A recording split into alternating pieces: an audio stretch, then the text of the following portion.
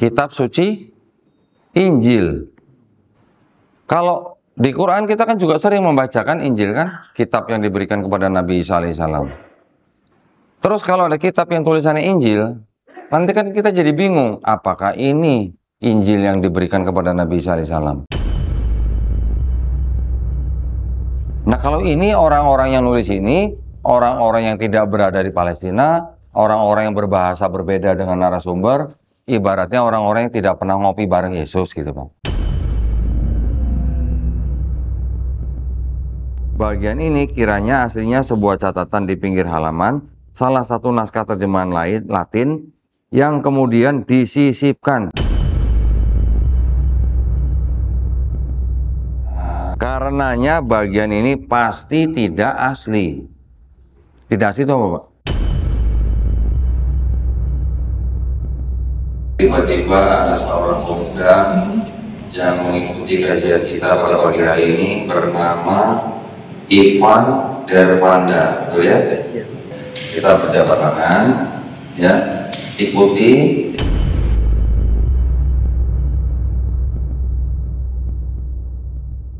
Ya, masih pelajari ulang gitu. Pelajari ulang apa? Bible-nya? Bible-nya. Tapi nggak ke gereja? Belum. Ceritanya ngajuin cuti gitu ke gereja gitu? Ya nggak ngajuin. Oh, ngajuin.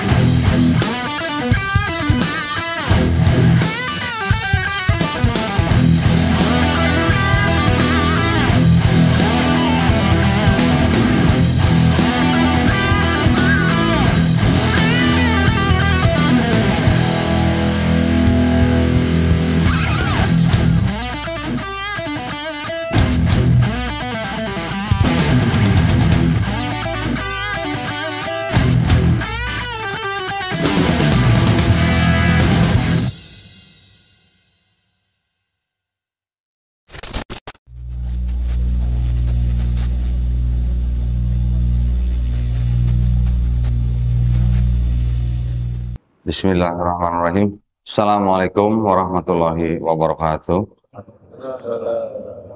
Innal hamdalillah nahmaduhu wa nasta'inuhu wa nastaghfiruh wa na'udzubillahi min syururi anfusina wa min sayyiati a'malina. May yahdihillahu fala mudhillalah wa may yudlil fala hadiyalah. Asyhadu an la ilaha illallah wahdahu la syarikalah wa asyhadu anna Muhammadan abduhu wa rasuluh. Allahumma shalli wa sallim wa barik ala sayyidina Muhammadin wa ala alihi wa sahbihi ajmain. Amma ba'd. Alhamdulillah, senang sekali pagi hari ini saya bisa berada di Masjid Al-Hikmah Surabaya. Masya Allah, sepertinya saya lihat masjidnya sudah cukup lama ya. Ngelihat lantainya ini kelihatannya bangunan lama nih. Tapi Masya Allah, semangatnya luar biasa, jamaahnya luar biasa, Alhamdulillah. Baik, mungkin kalau ada yang belum tahu saya, nama saya Dondi Tan. Tan itu adalah marga saya. Ya. Kalau bahasa Hokiannya, Tan itu se. Jadi saya Dondi setan. Bukan seton ya Pak ya, setan Pak. Alhamdulillah saya kembali ke fitrah saya sebagai Muslim 2014. Setelah saya sempat dikafirkan oleh orang tua saya. Nah, setiap manusia lahir itu kan fitrah. Nah, ketika dia mengenal Islam, dia menerima Islam, bahkan sampai dia masuk Islam, artinya sebenarnya dia kembali ke fitrahnya, bukan pindah agama. Ya, setiap orang yang menjadi Yahudi, Majusi atau Nasrani itu kan karena orang tuanya. Nah, alhamdulillah saya sudah kembali ke fitrah dan saya ingin mengajak bapak-bapak, ibu-ibu yang ada di sini untuk tetap selalu menjaga iman kita, menjaga akidah kita, dan yang paling penting adalah menjaga iman Islam kita. Karena itu adalah buat saya, ketika saya menerima Islam, buat saya iman Islam itu adalah penghargaan yang paling tinggi yang diberikan Allah SWT kepada kita manusia. Ya, baik. Saya bergabung dengan sebuah yayasan pembina mualaf at-tauhid yang berpusat dekat sini malah, kecamatannya sama nih, Jalan Mayangkara nomor 21 ya. Masya Allah, sejak 2020 saya bergabung dan saya diamanahkan menjadi ketua Litbang. Alhamdulillah, gara-gara saya usul malah dijadiin ketua Litbang. Biasa begitu ya. Yang usul yang dikasih jabatan gitu. Tapi alhamdulillah karena saya senang bergabung dengan yayasan ini, karena di dalam yayasan ini selain daripada kami membantu ya atau membina para mualaf, juga kami menempuh jalur perang pemikiran ya. Perang pemikiran yang kami lakukan ini tidak kami lakukan antar sesama umat muslim, tetapi yang kami lakukan adalah kepada kaum kufar di luar Islam, khususnya kepada kaum Kristen. Nah, kenapa kok cuman kaum Kristen ya? Bapak-bapak mungkin semuanya tahu bahwa di mana-mana agama saudara kita ini memang selalu mengajak orang untuk ikut agama mereka.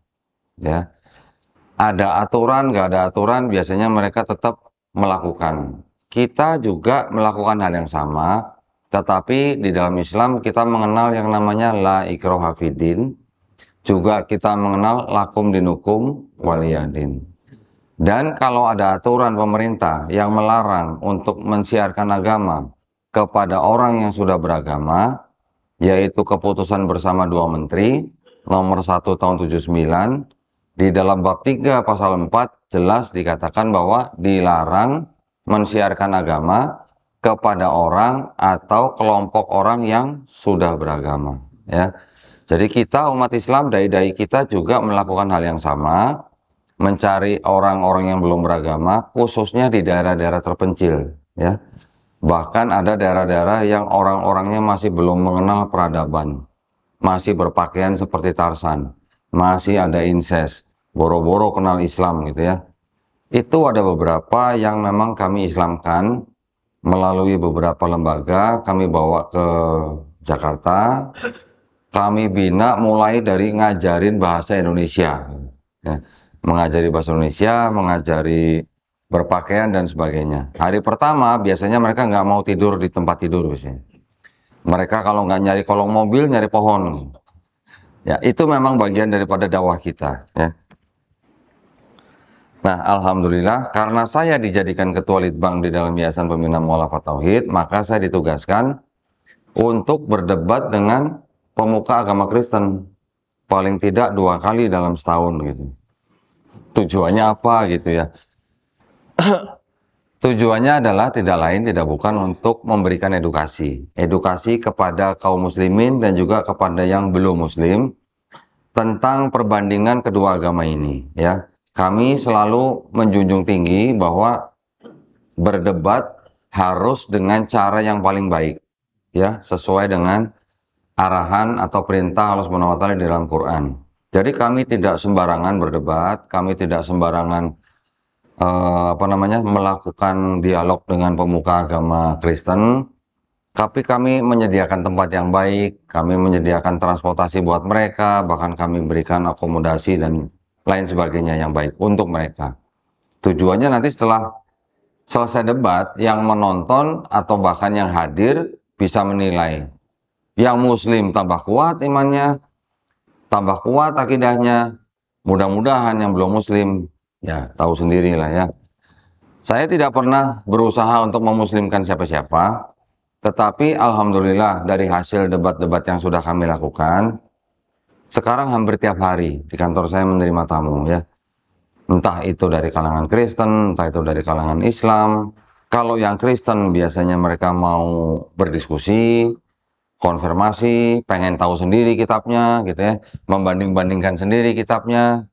Alhamdulillah ada yang bersyahadat, ada yang tidak apa-apa, kita tidak memaksa. Tetapi dari yang kalangan muslim juga ada yang datang ke saya, juga hampir tiap hari. Nanti ada yang bawa suaminya yang mau murtad, ada yang mau bawa istrinya yang mau murtad, bahkan ada yang sudah murtad, atau bawa anak-anaknya yang mau murtad atau yang sudah murtad. Ya, buat kami hanya memberikan nasihat ya. Yang bisa kami lakukan hanya memberikan nasihat dan juga apa yang kami punya, dokumen itu yang kami tunjukkan kepada mereka. Sering ketika orang-orang dari kalangan Kristen datang ke tempat saya, melihat kitab-kitab yang begitu banyak versinya, setelah mereka membaca, ada catatan kaki, habis baca, nangis. Saya tanya, kenapa nangis? Berarti saya selama ini dibohongin sama gereja ya? Nah, bukan saya yang ngomong ya, Bible-nya sendiri yang ngomong gitu. Karena memang saya akhirnya bisa memiliki kitab-kitab yang boleh dikatakan jujur. Yang ada ayat-ayat tidak sahih yang mereka bilang tidak asli gitu. Ya. Karena apa? Karena memang perkara kitab di dalam kalangan Kristen sendiri itu memang di internalnya sendiri memang masih terjadi perdebatan gitu ya. Entah yang namanya kontradiksi, entah yang namanya ayat tidak asli, entah yang namanya kanon. Bahkan kemarin kalau kita ikuti di dalam perdebatan antaragama, dari kalangan sendiri bisa mengatakan bahwa di dalam perjanjian baru mereka sendiri ada 6.577 kesalahan. Itu pengakuan dari kalangan akademisi mereka sendiri. Ya. Nah, kita sebagai umat Islam, kita nggak pernah ngeributin masalah Quran ini ada ayat tidak asli atau enggak gitu ya. Alhamdulillah. Kita tidak pernah meributkan ini ada ayat yang tidak logis atau enggak gitu ya. Alhamdulillah. Di dalam Islam, kita memandang Al-Quran 100% murni firman Allah Subhanahu wa Ta'ala. Sudah teruji baik dari ayat-ayat yang berhubungan dengan kemanusiaan, baik ayat-ayat yang berhubungan dengan sejarah, ataupun ayat-ayat yang berhubungan dengan sains. Banyak sekali, bahkan mungkin hampir 1000 ayat yang berhubungan dengan sains yang sudah terbukti atau dikonfirmasi oleh sains pada zaman sekarang. Jadi artinya, jika ada satu ayat di dalam Quran yang berhubungan dengan sains yang sudah terbukti benar, insya Allah ayat-ayat yang lain di dalam Quran juga terbukti benar. Ya. Kurang lebih 80% sudah terbukti benar. Yang 20% belum terbukti benar, tapi juga belum terbukti salah. Artinya insya Allah dengan ilmu probabilitas, ayat-ayat yang belum terbukti benar atau salah itu akan terbukti benar. Insya Allah ya. Baik, saya akan langsung saja. Karena saya memang di bidang kristologi, yang artinya kristologi itu adalah salah satu bidang ilmu yang mempelajari tentang posisi Yesus Kristus atau Nabi kita Nabi Isa alaihissalam di dalam agama Nasrani. Ya, untuk kita jelas Nabi Isa alaihissalam hanyalah seorang hamba Allah, seorang Nabi Allah yang diberikan kitab Injil untuk Bani Israel pada zaman itu. Ya. Dan kita semuanya sudah final, Nabi Isa alaihissalam tidak dibunuh dan tidak disalib. Baik, nah kita belajar kristologi tujuannya itu bukan untuk kita menjadi Kristen, bukan. Tetapi tujuannya adalah untuk membentengi akidah umat Islam. Dari apa? Dari upaya-upaya pemurtatan. Ya. Kita semuanya sudah tahu bahwa upaya-upaya pemurtatan itu masih terus dijalankan oleh kalangan Kristen. Tidak melihat tempat, tidak melihat waktu, di pasar, di pusat perbelanjaan, di minimarket, bahkan di desa-desa, itu memang masih terjadi. Betul nggak Pak? Masih terjadi Pak? Masih ya? Daerah sini nggak ada Pak ya? Mudah-mudahan nggak ada ya? Di kampung-kampung juga masih ada. Nah, karena masih ada, maka yang bisa kita lakukan apa? Membentengi akidah kita. Supaya kita tidak mudah dimurtadkan, dan juga tidak mudah mengusir mereka dengan tanpa ilmu gitu ya. Coba kalau misalnya bapak-bapak rumahnya diketok oleh misionaris gitu, selamat pagi, selamat siang, selamat sore, kami dari tim ini misalnya mau memberitakan kabar keselamatan gitu, siapa yang nggak suka gitu ya, pasti suka dengar kabar keselamatan, apalagi kalau kabar baik ada sembakonya pula gitu ya. Tetapi kalau kita usir mereka dengan gagang sapu terus difoto orang, yang salah kira-kira yang pegang gagang sapu atau yang pegang brosur? Yang pegang gagang sapu pasti. Nah, kalau kita bisa menguasai atau kita mengetahui paling tidak akidah mereka, kita juga mengetahui kitab mereka, insya Allah mengusirnya lebih gampang gitu ya. Saya malah sebenarnya kalau di tempat saya juga nungguin gitu, kapan misionaris datang tempat saya gitu. Ada sekali-sekali datang pendeta gitu. Ketika saya bukakan kitabnya orang Yahudi, batal diskusi, Pak.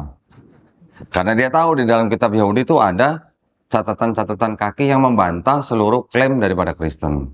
Nah, sekarang supaya tidak berlama-lama lagi, saya langsung tunjukkan kepada Bapak bagaimana kitab Kristen itu terbentuk. Ya.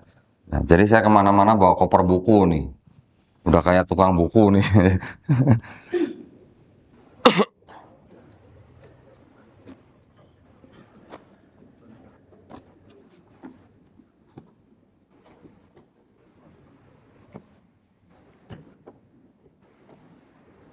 Nah, Bapak-bapak nanti kalau misalnya melihat gitu ya, kitabnya orang Kristen gitu.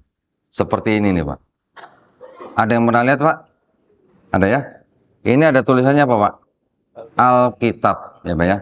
Saya yang sudah mempelajari ini, saya ingin menganjurkan, menghimbau kepada umat Islam, jangan sebut kitab mereka dengan sebutan Alkitab. Ya, Pak ya. Kita pakai bahasa Inggris, Pak, yang keren dikit, Pak, Bible gitu aja, Pak. Sebut aja Bible gitu ya. Paling jauh Holy Bible gitu loh.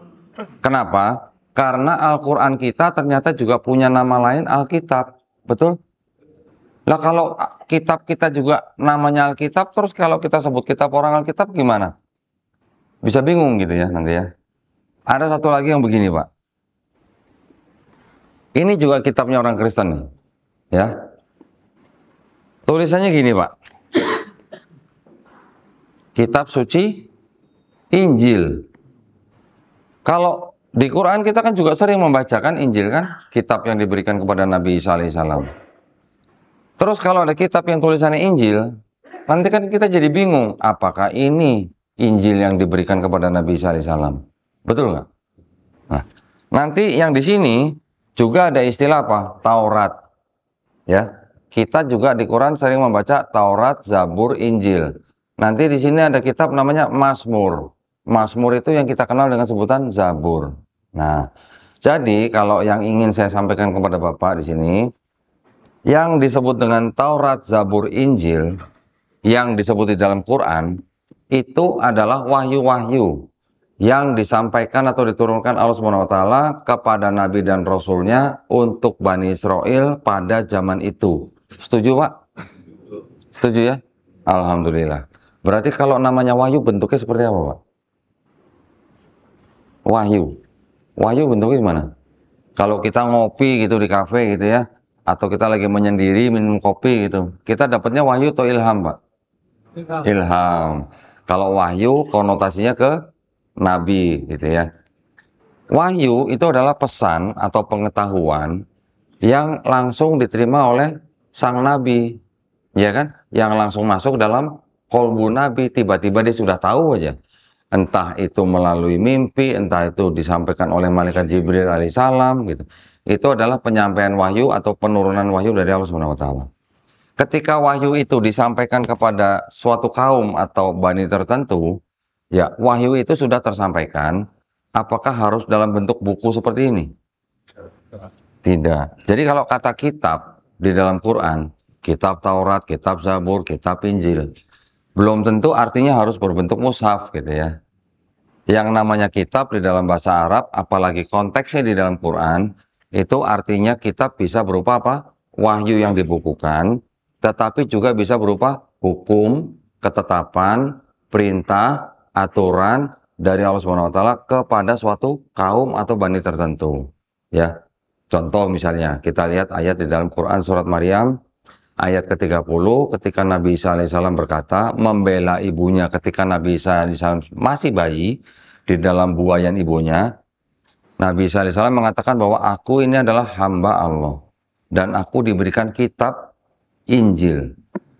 Apakah masih bayi terima buku dari langit jatuh gitu? Kan enggak gitu ya. Berarti ada sebuah hukum, ketetapan, perintah yang diberikan kepada Nabi Isa alaihissalam untuk Bani Israel gitu. Itu maksudnya kitabnya. Pertanyaannya sekarang kan begini. Tadi ini kitabnya orang Kristen. Ini ada kitabnya orang Yahudi, Pak. Nah, kitab ini namanya kitab Tanakh. Tanakh itu tulisannya begini. Kok saya bukannya dari belakang?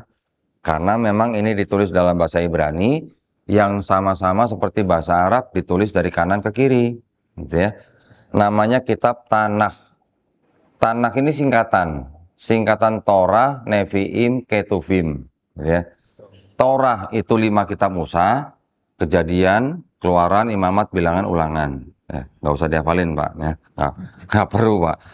Yang kedua, kitab Nevi'im atau nabi-nabi. Nevi, nabi. Mirip ya, nabi bahasa Arab, Nevi bahasa Ibrani. Ada kitab-kitab Yeskiel, Yeremia, Yesaya, Hagai, Habakuk, Ayub, Yunus, dan sebagainya. Kelompok yang ketiga namanya kitab Ketuvim. Ketuvim itu artinya tulisan-tulisan. Tulisan nabi-nabi bisa, tulisan orang-orang soleh bisa. Ada kitab-kitab Kidung Agung, Amsal, Pengkhotbah, Ratapan, dan sebagainya. Ketiga kelompok itu disebut Tanakh. Ditulis dalam bahasa Ibrani, kira-kira tahun 450 sebelum Masehi. Berarti sebelum ada Nabi Isa alaihissalam. Kitab ini sudah ada. Ya, ini kitabnya orang Yahudi. Ditulis dalam bahasa Ibrani seperti ini. Kitab ini memuat istilah-istilah yang kita sering dengar, Taurat, Zabur, gitu ya. Kalau kitabnya Kristen yang benar-benar punya Kristen, itu yang ini. Namanya Perjanjian Baru. Nah, kitabnya orang Yahudi ini yang dijadikan 2/3-nya kali ya. Nih, kalau bisa dilihat nih Pak. Ini ada indeks yang hitam, ini ada indeks yang merah nih. Indeks yang hitam itu asalnya dari sini. Punya orang Yahudi. Indeks yang merah ini punya kitab orang Kristen sendiri yang Perjanjian Baru gitu. Jadi kitabnya orang Yahudi ini disebut Perjanjian Lama, kitabnya orang Kristen yang ini disebut Perjanjian Baru. Ketika sudah jadi kitabnya orang Kristen, maknanya atau pemahamannya sama nggak Pak dengan kitabnya orang Yahudi yang ini? Berbeda Pak. Ya, karena apa? Karena kitab yang ini diterjemahkan ke dalam bahasa Yunani oleh orang-orang Yahudi juga di antara abad ketiga sampai abad kedua sebelum Masehi. Berarti sebelum ada Nabi Isa alaihissalam, kitab ini sudah diterjemahkan ke dalam bahasa Yunani. Oleh orang-orang Yahudi juga, Pak. Kok bisa? Bisa, karena memang daerah yang orang-orang Yahudi tempati, termasuk Palestina, Mesir, Persia, sampai ke Eropa, itu memang sedang berada di dalam era Helenisme. Ya. Era Helenisme itu adalah era atau sistem kepercayaan yang berasal dari Yunani, yang dibawa oleh Raja Alexander Agung ketika beliau menguasai daerah Mediterranean. Gitu ya. Jadi orang-orang Yahudi yang tinggal di situ, itu juga orang-orang Yahudi yang sebagian sudah terpapar oleh budaya Helenisme. Sama mungkin dulu ketika Belanda menguasai dan menjajah Indonesia, sekian ratus tahun, orang Indonesia juga pasti ada yang terpapar kan dengan budaya Belanda kan? Iya enggak? KUHP kita asalnya dari mana? Dari Belanda juga. Yaitu salah satu bentuk adopsi daripada budaya ketika menguasai atau menjajah bangsa tertentu. Begitu juga dengan orang-orang Yahudi, di mana mereka sudah pegang kitab ini, punya kitab ini, tapi mereka juga berada di bawah budaya Helenisme. Izin minum dulu Pak di sini.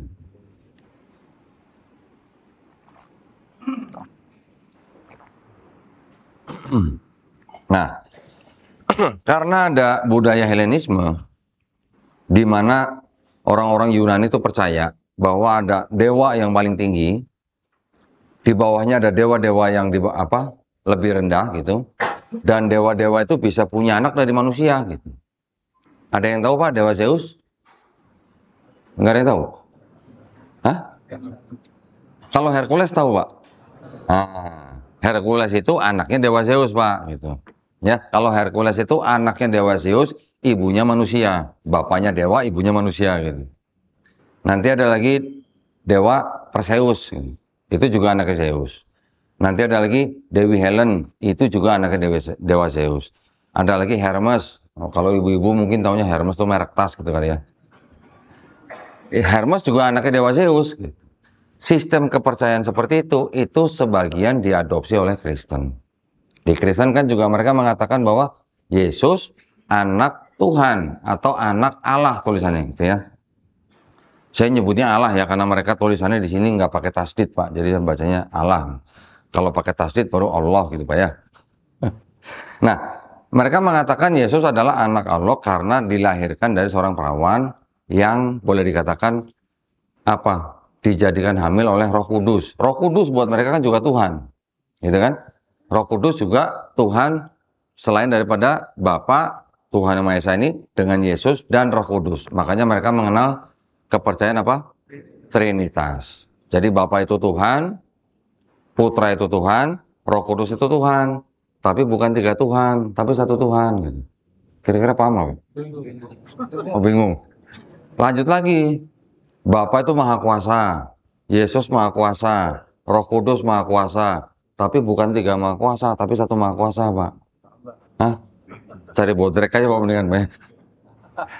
Tapi gini, Pak. Saya mengajarkan atau mengatakan ini bukan dalam rangka kita untuk membenci orang Kristen, Pak ya. Bukan ya, Pak ya. Kita juga pasti masih bermuamalah dengan orang-orang Nasrani, Pak ya.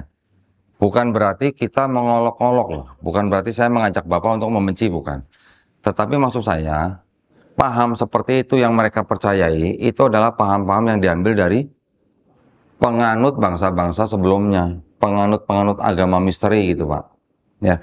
Kalau tadi ada Helenisme, nanti ada lagi paganisme. Paganisme Romawi. Kalau di Yunani ada dewa Zeus paling tinggi, di Romawi ada dewa Jupiter paling tinggi. Ya, dewa Jupiter juga bisa punya anak gitu. Cuman kalau dibandingkan dewa Zeus, dewa Jupiter tidak terlalu celamitan gitu Pak. Ya, yang celamitan tuh dewa Zeus anaknya sampai 100 gitu. Nggak bisa ngeliat perempuan cantik gitu Pak. Nah, tapi konsepnya tuh dipakai oleh Kristen. Konsepnya. Jadi di dalam kitab mereka kan juga menceritakan Yesus yang apa namanya? Punya Tuhan tapi yang Tuhan paling tinggi sedangkan Yesus tuh Tuhan manusia gitu. Ya kan? Konsepnya ada kemiripan gitu, Pak. Kita di Islam juga begitu kan? Kita juga beriman bahwa Nabi Isa alaihissalam lahir dari seorang perawan suci. Betul? Tetapi bedanya apa? Bedanya kan kita tidak menjadikan Nabi Isa alaihissalam sebagai Tuhan. Bedanya di situ gitu. Dengan Kristen gitu ya. Jadi mungkin kalau saya bisa katakan begini.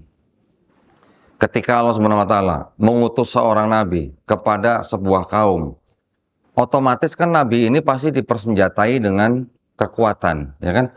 Entah kekuatan mukjizat yang diizinkan Allah Subhanahu wa taala untuk apa? Untuk melebihi bangsa itu dong pasti ya. Nabi Musa alaihissalam dipersenjatai dengan tongkat yang bisa terjadi mukjizat, entah ular, entah membelah laut gitu ya. Nabi Isa alaihissalam diberikan mukjizat apa? Bisa menyembuhkan orang sakit, bisa membangkitkan orang mati dengan atas izin Allah Subhanahu wa taala. Begitu juga Nabi Muhammad SAW diberikan apa? Quran yang melebihi syairnya orang-orang Arab Quraisy pada saat itu. Ya. Jadi ketika ada kok seperti ada konsep yang sama di dalam Kristen Yesusnya anak Tuhan, lahir dari perawan suci, kok Islam sama? Bedanya di dalam Islam kita tidak menyembah Nabi Isa alaihissalam sebagai Tuhan. Itu yang membedakan ya. Tetapi apakah semua Kristen menyembah Yesus sebagai Tuhan? Ternyata tidak semua, Pak. Mayoritas memang iya menyembah Yesus sebagai Tuhan, tetapi ada kelompok Kristen yang menganggap Yesus hanya sebagai ciptaan. Ciptaan yang paling mulia, lebih mulia dari malaikat, tapi tetap bukan Tuhan. Nanti ada lagi Kristen yang menganggap bahwa Bapa itu Yesus, Yesus itu Bapa gitu. Ya, satu pribadi, bukan tiga pribadi yang seperti Trinitas gitu. Nanti ada lagi Kristen yang menyembah Maria, ibunya Yesus sebagai Tuhan. Itu semua sudah dijawab, Pak, sama Quran. Semuanya sudah dijawab orang-orang yang model seperti itu. Kristen yang menganggap bahwa Allah itu adalah Isa putra Maryam dibantah di dalam Quran surat Al-Maidah ayat ke-72. Ya kan? Kristen yang menganggap bahwa Allah Subhanahu wa taala itu satu dari tiga sudah dibantah di ayat 73. Nanti ada Kristen yang menyembah Maria sebagai Tuhan dibantah di Quran surat yang sama, Quran surat Al-Maidah ayat 116. Nah, Tapi Kristen yang menyembah Maria sekarang tuh sudah tidak ada, sudah punah. Mungkin diteruskan oleh kelompok yang feminisme, Pak. Ya. Sekarang mungkin sudah tidak terlalu terang-terangan menyembah Maria. Nah, saya lanjutkan lagi. Kitabnya orang Yahudi yang sudah dijadikan bagian daripada kitab orang Kristen ini mempunyai makna yang berbeda atau ada konsep yang berbeda, ya. Yaitu apa? Konsep ketuhanannya di dalam yang perjanjian lama ini dibandingkan dengan konsep ketuhanannya orang Kristen, itu ternyata ada bedanya. Nah, bedanya di mana? Kalau di dalam kitabnya orang Yahudi, Tuhan itu bukan manusia. Tuhan itu bukan anak manusia. Ya, Bilangan 23 ayat 19. Juga menurut kitab orang Yahudi itu, tidak ada sesuatu apapun yang serupa dengan Tuhan di bumi. Mirip nggak Pak dengan walam yakullahu kufuwan ahad, Pak? Kok mirip ya? Ketika ada juga Tuhan bukan manusia dan Tuhan bukan anak manusia, mirip nggak Pak dengan lam yalid walam yulad? Mirip ya? Jadi orang Yahudi juga tidak percaya bahwa Tuhan itu bisa jadi manusia gitu. Nanti ada lagi ayat yang mengatakan bahwa langit yang menguasai segala langit tidak dapat memuat Tuhan. Berarti orang Yahudi juga percaya langit nggak cuma satu gitu. Kita juga memahami bahwa langit ada berapa Pak? 7 ya. Nanti dikatakan lagi Tuhan tidak berubah menurut kitab Yahudi. Jadi Tuhan bukan anak manusia, Tuhan bukan manusia, Tuhan bukan anak manusia. Tidak ada sesuatu apapun di bumi yang menyerupai dia. Langit tidak dapat memuat Tuhan. Tuhan tidak berubah, Pak. Maliaki 3 pasal 6. Nanti ada juga manusia tidak dapat memandang Tuhan. Tidak ada manusia yang bisa memandang Tuhan hidup. Gitu. Itu ada di Keluaran 33:20. Jadi banyak ayat-ayat di dalam kitabnya orang Kristen, khususnya yang perjanjian lama, tidak mengakui bahwa Tuhan itu jadi manusia gitu. Tapi tiba-tiba ketika masuk ke dalam kitabnya orang Kristen yang perjanjian baru, yang tipis ini, tiba-tiba Tuhan yang bukan manusia itu, Tuhan yang bukan anak manusia itu, tiba-tiba jadi Yesus. Ini yang berbeda, ya. Nanti di dalam kitabnya orang Yahudi juga, ini ada yang namanya konsep keselamatan, itu hanya perlu bertobat, ya. Kalau berdosa bertobat, seorang ayah tidak dapat menebus dosa anaknya, seorang anak tidak dapat menebus dosa ayahnya. Sama nggak Pak di Islam, Pak? Sama ya. Kita berdosa, kita bertobat. Kita menyesali perbuatan kita. Kita tidak mengulangi perbuatan kita. Kita berbuat amal soleh. Kita membantu anak yatim. Kita membantu janda-janda. Betul Pak? Sama gitu ya. Ternyata di kitabnya orang Yahudi ada ayat yang berbunyi begini Pak. Yesaya 1:16-18. Basuhlah, jauhkanlah perbuatan-perbuatan jahatmu dari depan mataku. Ya. Belajarlah berbuat baik. Kendalikan orang-orang kejam. Ya. Usahakan keadilan. Belalah hak anak-anak yatim. Perjuangkanlah perkara janda-janda. Baiklah, marilah kita berperkara firman Tuhan. Jikalau dosamu merah seperti kirmisi, akan menjadi putih seperti salju. Jikalau dosamu merah seperti kain kesumba, akan menjadi putih seperti bulu domba. Kira-kira Pak, ini dengan logika sehat aja. Kalau ada ayat seperti itu, perlu nggak Pak kira-kira ada orang yang harus mati di atas kayu salib buat tembus dosa manusia gitu? Nggak perlu ya. Sepertinya nggak perlu. Jadi orang Yahudi juga tidak percaya ada orang yang perlu mati di atas kayu salib buat tembus dosa manusia gitu. Orang Yahudi ya.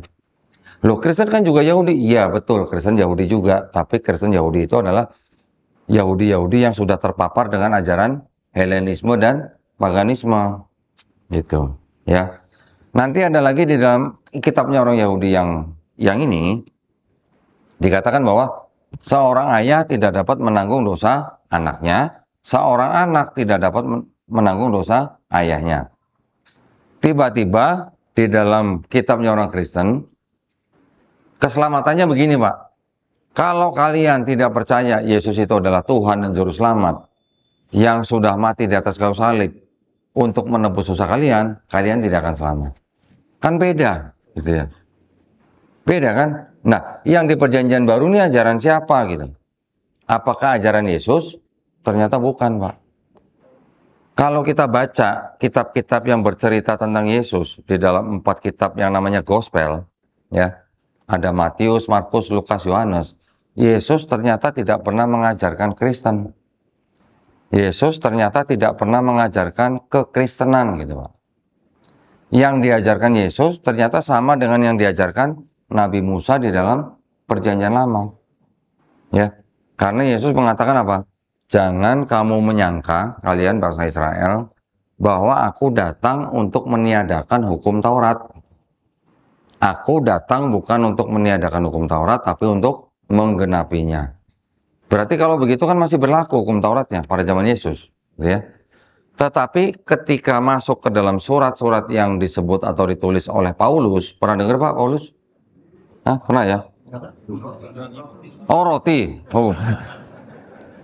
Oh, kalau di sini terkenalnya roti Paulus, Pak ya. Masya Allah. Nah, jadi kalau di dalam kitabnya orang Kristen, tokoh yang dianggap menciptakan agama Kristen itu sebenarnya Paulus, bukan Yesus. Ya, menurut kalangan ahli-ahli perjanjian baru sendiri loh. Karena orang pertama yang disebut dengan Kristen itu adalah Paulus dan pengikut-pengikutnya. Ketika mereka sudah tinggal di sebuah kota namanya Antiokh selama 1 tahun, baru mereka disebut orang Kristen. Yesusnya sendiri nggak pernah disebut Kristen. Murid-muridnya Yesus juga tidak pernah disebut Kristen. Ya, terlepas daripada cerita bahwa di sini Yesus dibunuh dan disalib, ya, mati dan bangkit di hari ketiga. Terlepas daripada cerita itu, yang dianggap sebagai perkataan Yesus dalam Perjanjian Baru 4 Gospel itu boleh dikatakan banyak sekali atau mayoritas sama dengan ajaran kita di dalam Islam. Bahkan sunahnya pun sama. Yesus doanya sujud, kita sujud. Yesus sunat di dalam Bible, umat Islam sunat laki-lakinya. Yesus puasa, kita puasa. Kalau Yesus di sini 40 hari, kita Ramadan 30 atau 29 hari, tambah Syawal udah 6 hari, ya. Udah deket-deket lah, tambah sedikit puasa Daud udah dapat 40 hari. Diceritakan juga Yesus di sini nggak pernah makan babi. Kita jelas, babi haram buat kita ya. Jadi sebenarnya kalau dibaca, kita umat Islam ini boleh dikatakan kita yang mengikuti sunnah Yesus dalam Bible sebenarnya. Terlepas daripada cerita dari salib ya. Kita umat Islam jelas, Nabi Isa alaihissalam tidak dibunuh dan tidak disalib. Jadi di luar daripada cerita itu, apa yang dilakukan Yesus di sini, itu sebenarnya yang kita lakukan. Berarti kalau begitu, bisa nggak dikatakan kita nih yang mengikuti sunnah Yesus dalam Bible? Cuman mungkin sunnahnya itu, sholatnya mungkin itu yang sudah disempurnakan ya di dalam syariat Islam dengan Quran dan sunnah Nabi Muhammad SAW, gitu ya. Jadi kita bisa mengetahui bahwa ternyata di dalam kitabnya orang Kristen ini masih ada ya, sisa-sisa kebenaran, masih ada sisa-sisa firman Tuhan, masih ada Pak. Tetapi kita juga sudah tidak perlu gitu untuk mengimani kitab ini. Ya, karena apa? Karena sudah ada Quran, sudah ada sunnah, ya sudah ada tuntunan gitu daripada Nabi Muhammad SAW untuk menjalankan agama yang sudah kita boleh katakan agama yang paripurna gitu. Nah, ya. Inti daripada yang saya sampaikan di sini adalah bahwa kita mengetahui kalau yang disebut Taurat, Zabur, Injil di dalam Quran itu apakah ini dan ini. Nah, ini yang penting juga nih, ya. Karena saya juga cukup prihatin kalau teman-teman kita, bahkan ada ustadz-ustadz kita yang menyebut kitab ini sebagai sebutan Injil. Bukan, ini bukan Injil yang dimaksud Quran gitu. Sekarang saya akan masuk dari sisi sejarahnya, ya. Dan saya membawa argumen atau membawa literasi asalnya bukan dari orang-orang Islam. Asalnya malah dari sarjana-sarjana mereka sendiri. Nah, jadi kitabnya orang Yahudi ini yang disebut dengan Tanakh ini disusun 450 sebelum Masehi. Sedangkan Nabi Musa alaihissalam hidup abad keberapa? Abad 14, 13 sebelum Masehi. Jarak ke sini 1000 tahun kurang lebih. Bagaimana mungkin Nabi Musa yang menulis? Tidak mungkin ya. Orang Yahudi memang masih punya tradisi sampai mungkin di abad ke-8, 9 mereka beranggapan bahwa yang menulis 5 kitab Musa itu Nabi Musa sendiri. Tetapi setelah abad-abad 15, 16, 17, setelah ilmu kritik teks daripada Bible itu berkembang dengan pesat, timbul teori gitu, bahwa di dalam kitabnya orang Yahudi yang 5 kitab Musa tadi itu, ternyata sumber kisahnya berasal dari 4 mazhab. Waduh, pakai istilah mazhab gitu. Kayak Islam aja pakai mazhab. Kalau saya nggak ngomong mazhab, nanti bapak-bapak bingung lagi. Jadi orang Yahudi sendiri juga punya sekolah-sekolah gitulah, sekolah-sekolah di antara mereka sendiri. Ketika mereka sedang dibuang ke Babilonia, ya, karena mereka pernah dikuasai oleh Babilonia. Ketika itu mereka punya beberapa sekolah yang merupakan 4 sumber kisah yang masuk ke dalam kitab ini, gitu. Kitab 5 kitab Musa, gitu. Ya. Jadi kalau ada 4 sumber kisah masuk ke dalam 5 kitab Musa, ini akan terjadi banyak kisah-kisah yang berulang. Ada yang 2 kali disebut doublets, ada yang 3 kali disebut triplets, dan otomatis banyak terjadi kontradiksi. Kalau dalam satu kitab ada satu kontradiksi, bisa nggak Pak disebut kitab suci, Pak? Nggak bisa. Kontradiksi, Pak ya. Saya belum bicara ayat yang tidak asli nih, Pak. Nanti saya tunjukkan, Pak. Nah, jadi karena ini sudah jelas ditulis bukan oleh Nabi Musa alaihissalam dan juga tidak ditulis oleh Nabi Daud alaihissalam yang berjarak 500 tahun dengan ini, maka ini bukan Taurat dan Zabur yang disebut oleh Quran. Kitabnya orang Kristen yang ditulis kira-kira pertengahan abad pertama sampai abad kedua, ini juga ternyata tidak ditulis oleh yang disebut dengan Yesus Kristus itu sendiri, gitu. Ya. 4 kitab yang disebut dengan Matius, Markus, Lukas, Yohanes, ini ternyata menurut ahli-ahli perjanjian baru sendiri dari kalangan Kristen, dikatakan bahwa ini kitab-kitab yang anonim gitu. Tidak ada nama penulisnya. Tidak ada ayat-ayat yang mengatakan aku bernama Matius, aku bernama Markus, Lukas, atau Yohanes menulis kitab-kitab ini untuk siapa gitu, tidak ada. 4 kitab ini ditulis kira-kira tahun 65 sampai 70 Masehi sampai 95 Masehi. Jadi jaraknya kira-kira 30 sampai 35 tahun ditulisnya.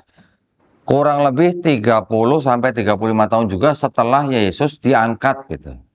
30 tahun. Ya. Kalau Quran kita jadi mushaf setelah Nabi wafat berapa tahun? Pak, Quran kita. Utsman itu berarti sudah melewati Abu Bakar 2 tahun, sudah melewati Umar bin Khattab 10 tahun. Utsman sendiri 13 tahun. Cuman di tahun keberapanya memang tidak disebutkan. Berarti sudah melewati kira-kira minimal 15 sampai 20 tahun. Gitu, Pak. Benar begitu, Pak? Insya Allah. Benar, Pak. Tapi ada yang lebih dekat lagi, ya. Kalau zaman sahabat Utsman bin Affan mengkodifikasi ulang Quran, itu hanya karena banyak umat Islam yang membacakan ayat Quran dengan dialek yang berbeda-beda, Pak.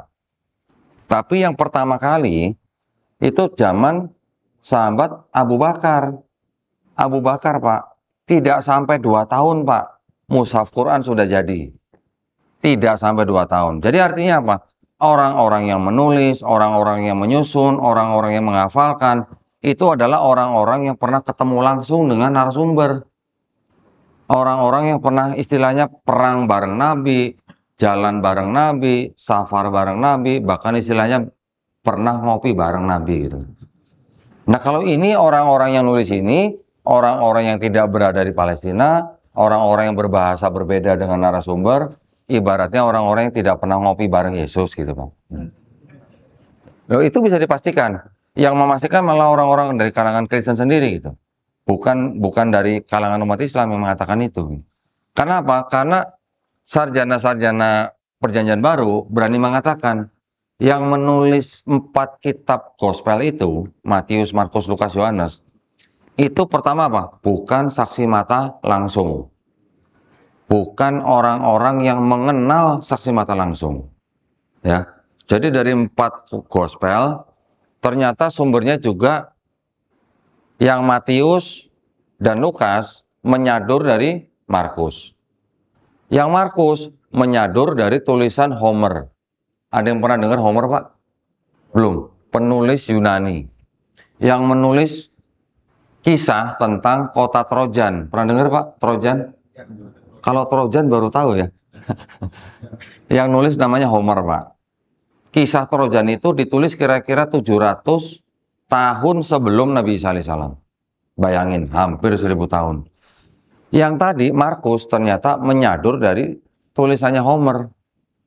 Yang Matius dan Lukas menyadur dari Markus. Yang Yohanes, dia menyadur dari Euripides, nama penulisnya. Yang bercerita tentang Odysseus, anaknya dewa Zeus. Yang tadi di sini, Markus menyadur tulisan Homer, bercerita tentang Odyssey. Seorang raja dari kerajaan Iliad yang membantu temannya menghancurkan kota Trojan. Nah terus gimana ceritanya gitu? Kitab-kitab ini kok pada sadur-saduran tuh gimana ceritanya gitu? Ya, yang ini dua nyadur ini nyadur yang lain, ini nyadur yang lain. Jadi memang zaman dulu orang itu memang bisa menulis dengan beberapa metode gitu. Kalau dia membaca kitab orang, terus dia menggunakan narasi kitab orang itu, tapi dia ganti nama orangnya, dia ganti nama tempatnya, itu namanya metode penulisan mimesis, Pak. Nah, nanti kalau ada orang menulis dengan gaya bahasa dia sendiri, tapi dia mengaku sebagai orang lain, bukan nama dia sendiri, itu disebut forgery gitu, Pak. Nah, jadi memang zaman dulu hal-hal seperti itu tuh belum jadi tindakan kriminal gitu. Tidak ditangkap masuk penjara gitu. Kalau sekarang mungkin masuk penjara gitu, Pak ya. Saya menulis atas nama siapa A gitu. Nah, dia nggak tahu apa-apa, tahu namanya dipakai gitu. Itu bisa jadi kriminal. Zaman dulu belum. Gitu. Hah? Plagiat. Kalau plagiat itu jiplaknya benar-benar 100% sama, Pak. Tapi kalau yang terjadi dengan ini tidak 100% sama. Bahkan yang apa namanya? Matius dan Lukas kan menyadur Markus. Matius dan Lukas saja tidak 100% menyadur Markus, Pak, tulisannya. Dikembangkan lagi gitu. Nah, jadi makanya di dalam Matius itu 80% isinya dari Markus. Yang Lukas isinya 60% dari Markus. Kalau plagiat itu, Pak, loh, di sini juga ada plagiat. Tadi saya belum cerita aja. Kalau yang namanya plagiat itu belasan ayat di dalam 2 surat yang sama, belasan ayat itu sama persis identik, Pak, sampai titik komanya. Nah, itu namanya baru plagiat. Di Perjanjian Lama juga ada gitu, Pak. Ya, cuman ya itu tadi mungkin saya lupa cerita lah. Intinya gini, ketika sebuah kitab yang penulisannya berdasarkan saduran-saduran dari kitab lain, apalagi kisah-kisah novel yang menceritakan tokoh yang lain, tokoh yang mungkin fiktif juga gitu, terus dijadikan kitab suci gitu. Gimana menurut Bapak? Ya, satu. Yang kedua, di dalamnya juga banyak kontradiksi. Oke? Kalau Quran ada kontradiksi nggak, Pak? Hah? Loh, kalau di An-Nisa 82 tuh, coba, ada kontradiksi nggak, Pak? Quran surat An-Nisa, ayat 82. Ada kontradiksi nggak? Hah? Coba dibaca, Pak. Hah? Ada kata kontradiksinya aja, Pak. Tapi bukan berarti ada ayat yang berkontradiksi. Tetapi Quran surat An-Nisa ayat 82 itu adalah jaminan bahwa karena itu berasal dari Allah SWT, makanya tidak ada kontradiksi. Satu sumber gitu, Pak. Ya. Jadi kalau Quran sumbernya satu, kalau Bible yang sudah jadi ini yang Kristen, ini sumbernya dianggap ada 40 penulis, Pak. Sorry, maaf, bukan 40 penulis, 40 pengarang. Kalau Quran pengarangnya satu, penulisnya mungkin banyak, sahabat-sahabat Nabi kan juga menulis ya. Tapi kalau yang ini pengarangnya 40 Pak. Gitu. Beda ya. Satu pengarang, 40 pengarang. Mungkin di sini banyak penulis, di sini juga banyak penulis. Itu yang membedakan. Gitu Pak ya. Saya akan tunjukkan ke Bapak kenapa di dalam kitab itu kok buat saya waktu itu saya bisa anggap ini sudah bukan kitab suci lagi gitu. Ya. Ini kitab sakti saya nih Pak. Ya, kitabnya jauh lebih tebal daripada yang ini. Kalau ini kitab yang dibawa oleh jemaat gereja Pak. Biasanya kalau mereka gereja mereka bawanya begini gitu ya. Tapi kalau ini yang dipelajari oleh calon-calon pastor. Gitu. Ya. Jadi kalau ini cuma isinya ayat, kalau ini ayat plus tafsir gitu Pak. Nah, wah kalau dengar tafsir baru oh gitu ya. Nah, ini adalah kitab suci Katolik. Tidak untuk diperdagangkan Pak. Ada tulisannya nih. Ada yang bisa bacain? Bisa bantu baca? Ada yang mau baca? Hah? Kok pada takut? Nggak perlu pakai bismillah Pak baca ini Pak. Ya, kitab ini ada pengantar dan catatan lengkapnya. Tahun 2009 dipersembahkan kepada umat Katolik Indonesia oleh Direktorat Jenderal Bimbingan Masyarakat Katolik Departemen Agama Republik Indonesia. Saya membukakan satu ayat yang oleh orang Kristen sendiri dianggap sebagai bukti bahwa di dalam kitab mereka itu ada ajaran Trinitas. Gitu. Ya, tadi kan kita sebut ada Bapa, Putra, Roh Kudus. Di sini ada ayat yang dianggap sebagai bukti ada ajaran Trinitas. Itu ada di surat 1 Yohanes pasal 5 ayat ke-7. Sebab ada 3 yang memberi kesaksian di dalam sorga, Bapa, Firman, dan Roh Kudus. Dan ketiganya satu. Nah, ya ini yang dianggap sebagai ajaran Trinitas nih. Dan ada 3 kesaksian di dalam di bumi. Ini ada catatannya. Bagian ayat ini tidak terdapat di dalam naskah-naskah Yunani yang paling tua. Dan tidak pula dalam terjemahan-terjemahan kuno, bahkan tidak dalam naskah-naskah paling baik dari Vulgata.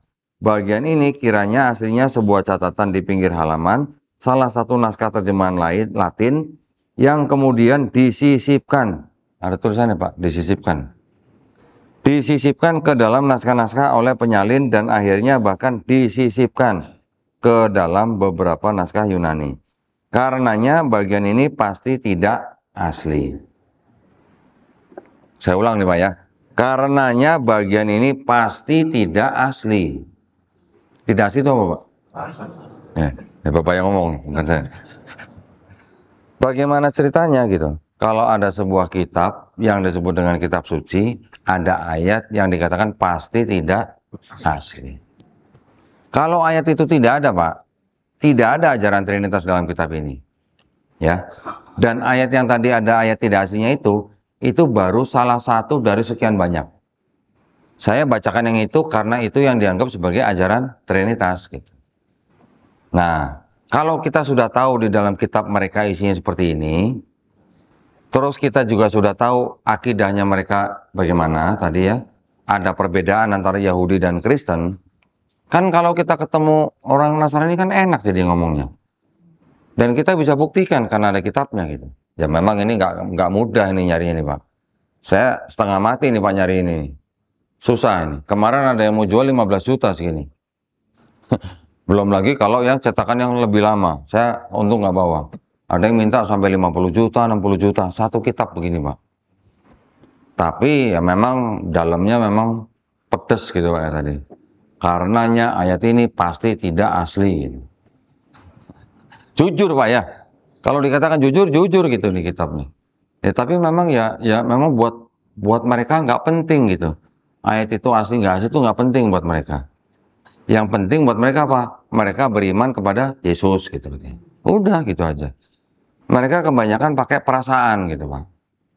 Nah, ya. Tapi saya bercerita begini, saya mengatakan ini itu tentang kitab mereka dan akidah mereka. Bukan saya mengajak bapak-bapak untuk membenci orang Kristen Pak ya. Bukan ya.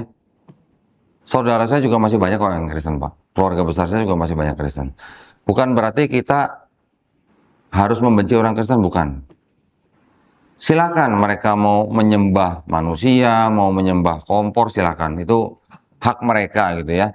Artinya itu dilindungi Pak oleh negara Pak. Undang-Undang Dasar 1945 pasal 29 ayat 2, setiap warga negara diberikan hak yang penuh untuk memilih dan menjalankan agama dan kepercayaan masing-masing. Cumannya apa Pak? Jangan ngajak-ngajak orang untuk masuk agama mereka. Itu yang perlu kita pelajarin gitu. Kalau mereka nggak ngajak-ngajak kita atau saudara kita atau teman kita masuk agama mereka, saya nggak perlu Pak belajar-belajar beginian mungkin ya. Saya juga mungkin nggak perlu buka channel YouTube gitu. Ya kan? Buat apa kalau nggak ada pemurtatan? Buat apa saya buka-buka kitab mereka gitu? Ya. Jadi mudah-mudahan ini mencerahkan bapak-bapak semua nih di sini nih ya. Bahwa apa yang kami lakukan di dalam Yayasan Pembina Mu'alafah Tauhid ini tujuannya tidak lain tidak bukan itu hanya untuk membentengi akidah umat Islam dari upaya-upaya pendangkalan akidah dan juga upaya-upaya pemurtatan. Masih banyak Pak, saya sendiri juga sering didatengin orang yang korban gitu ya dari yang pemurtatan, entah orang tuanya, entah adiknya, kakaknya, atau suami atau istrinya. Sering banget Pak.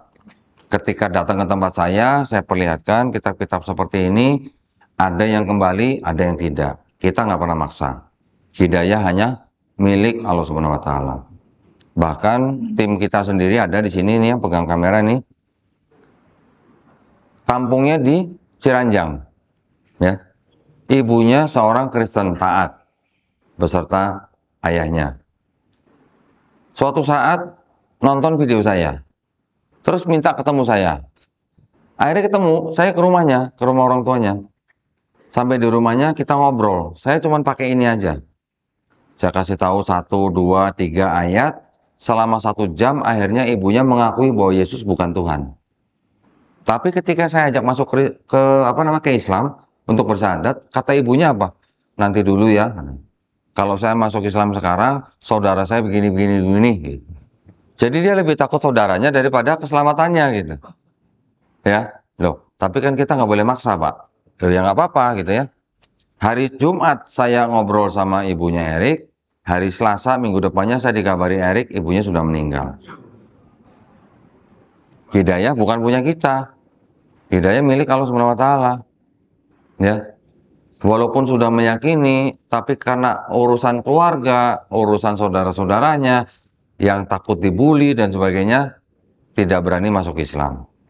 Pernah ibunya juga cerita waktu itu bahwa pernah ibunya tuh sakit sampai rambutnya rontok, kemudian dia masuk gereja menggunakan kerudung, dibully sama teman-teman gerejanya. Wah, ada teroris masuk kata gini.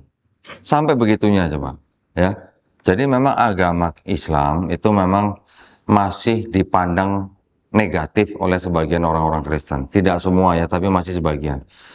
Apalagi kalau orang-orang Kristen dari Tionghoa.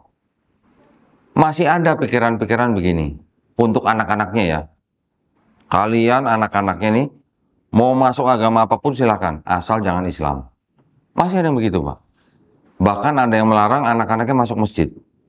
Ada yang melarang anak-anaknya ketemu dengan Pak Ustadz. Masih ada pemikiran-pemikiran yang negatif terhadap Islam. Karena apa?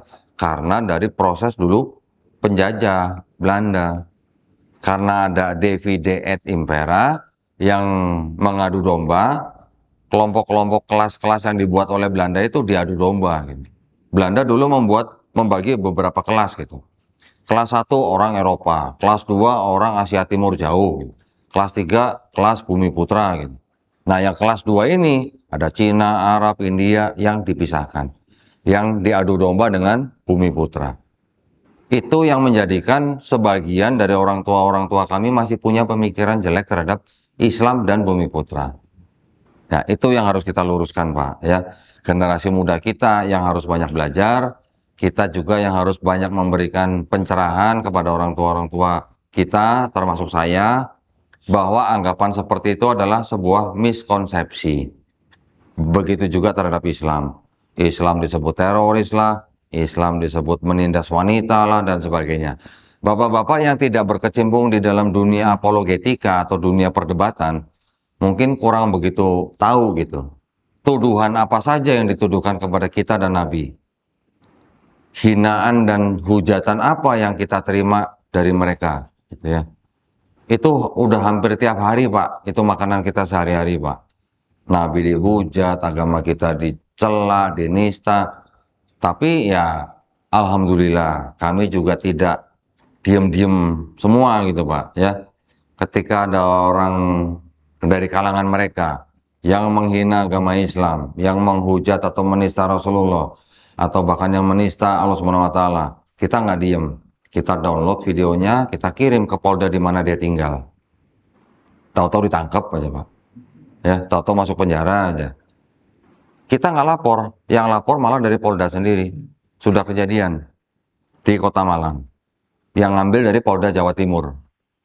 Ketika dijemput sama Polsek, bisa nolak. Ketika dijemput sama Polres, dia bisa nolak. Tapi ketika yang jemput 30 petugas dari Polda, gimana cara nolaknya? Nah, bisa, langsung masuk. Ya, ngumpulin duit, gerejanya ngumpulin duit, Pak, 300 juta, Pak, untuk membebaskan. Sampai minta pra-peradilan, dikabulkan pra-peradilan, dianya kalah di pra-peradilan, divonis masuk penjara. Itu yang kita lakukan. Ya, kita lakukan itu untuk apa? Untuk membela agama Allah. Bukan untuk kita pribadi, cari keuntungan pribadi, cari hidup di dakwah, itu nggak ada sama sekali. Kita melakukan hal-hal seperti itu kan juga membutuhkan dana.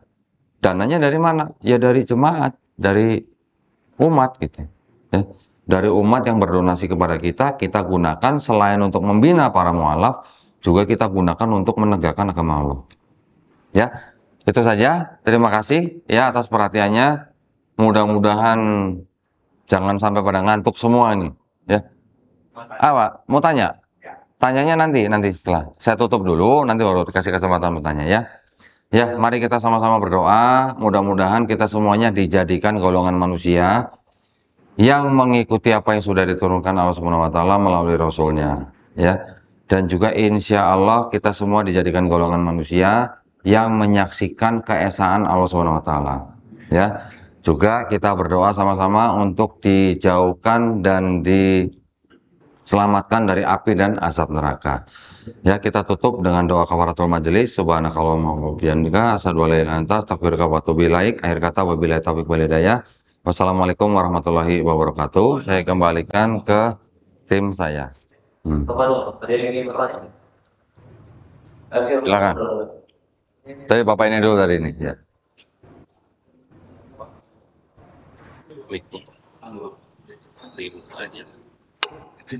Silakan.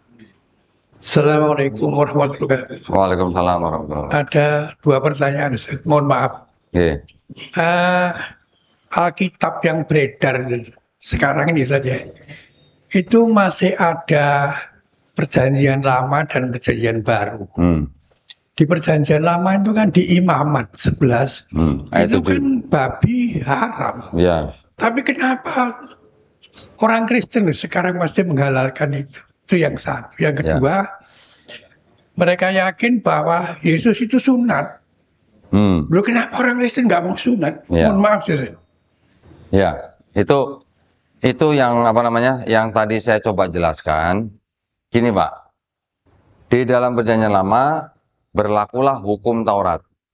Ya, hukum Taurat itu di dalamnya termasuk sunat, termasuk nggak boleh makan babi, termasuk sholat, termasuk korban dan sebagainya. Ketika masuk ke dalam agama Kristen, yang tadi saya bilang ajarannya Paulus bilang, Pak, Yesus sudah mati di atas kayu salib itu untuk membatalkan hukum Taurat. Padahal Yesus sendiri bilang, aku datang bukan untuk membatalkan hukum Taurat. Jadi sebenarnya kesimpulannya, orang Kristen itu sebenarnya pengikutnya Paulus, Pak. Bukan pengikutnya Yesus. Gitu. Ya. Kalau kita pikir dengan akal sehat, Taurat itu yang menurunkan kan Allah Subhanahu wa taala. Betul kan? Tuhan yang Maha Esa. Tapi siapa Paulus dia berani mengatakan bahwa Yesus yang mati di atas kayu salib itu membatalkan hukum Taurat. Jadi karena Paulus mengatakan hukum Taurat itu sudah batal dengan matinya Yesus di atas kayu salib, maka tidak perlu sunat, Pak.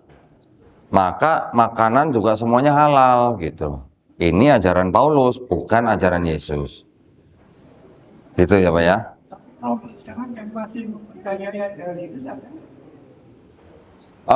Kalau yang mempercayai dalam arti dulu gini Pak, waktu Kristen awal itu ada kelompok-kelompok Kristen yang kecil-kecil, ya. Ada kelompok Kristen Gnostik, ada kelompok Kristen Arianisme, ada kelompok Nazarin, ada kelompok Ebionites, dan terakhir kelompok yang mengikuti pemikiran Paulus. Nah, ya, yang mengikuti pemikiran Paulus ini yang sukses dan menjadi pemenang, Pak. Yang sampai sekarang kita bisa lihat besar seperti ini, gitu.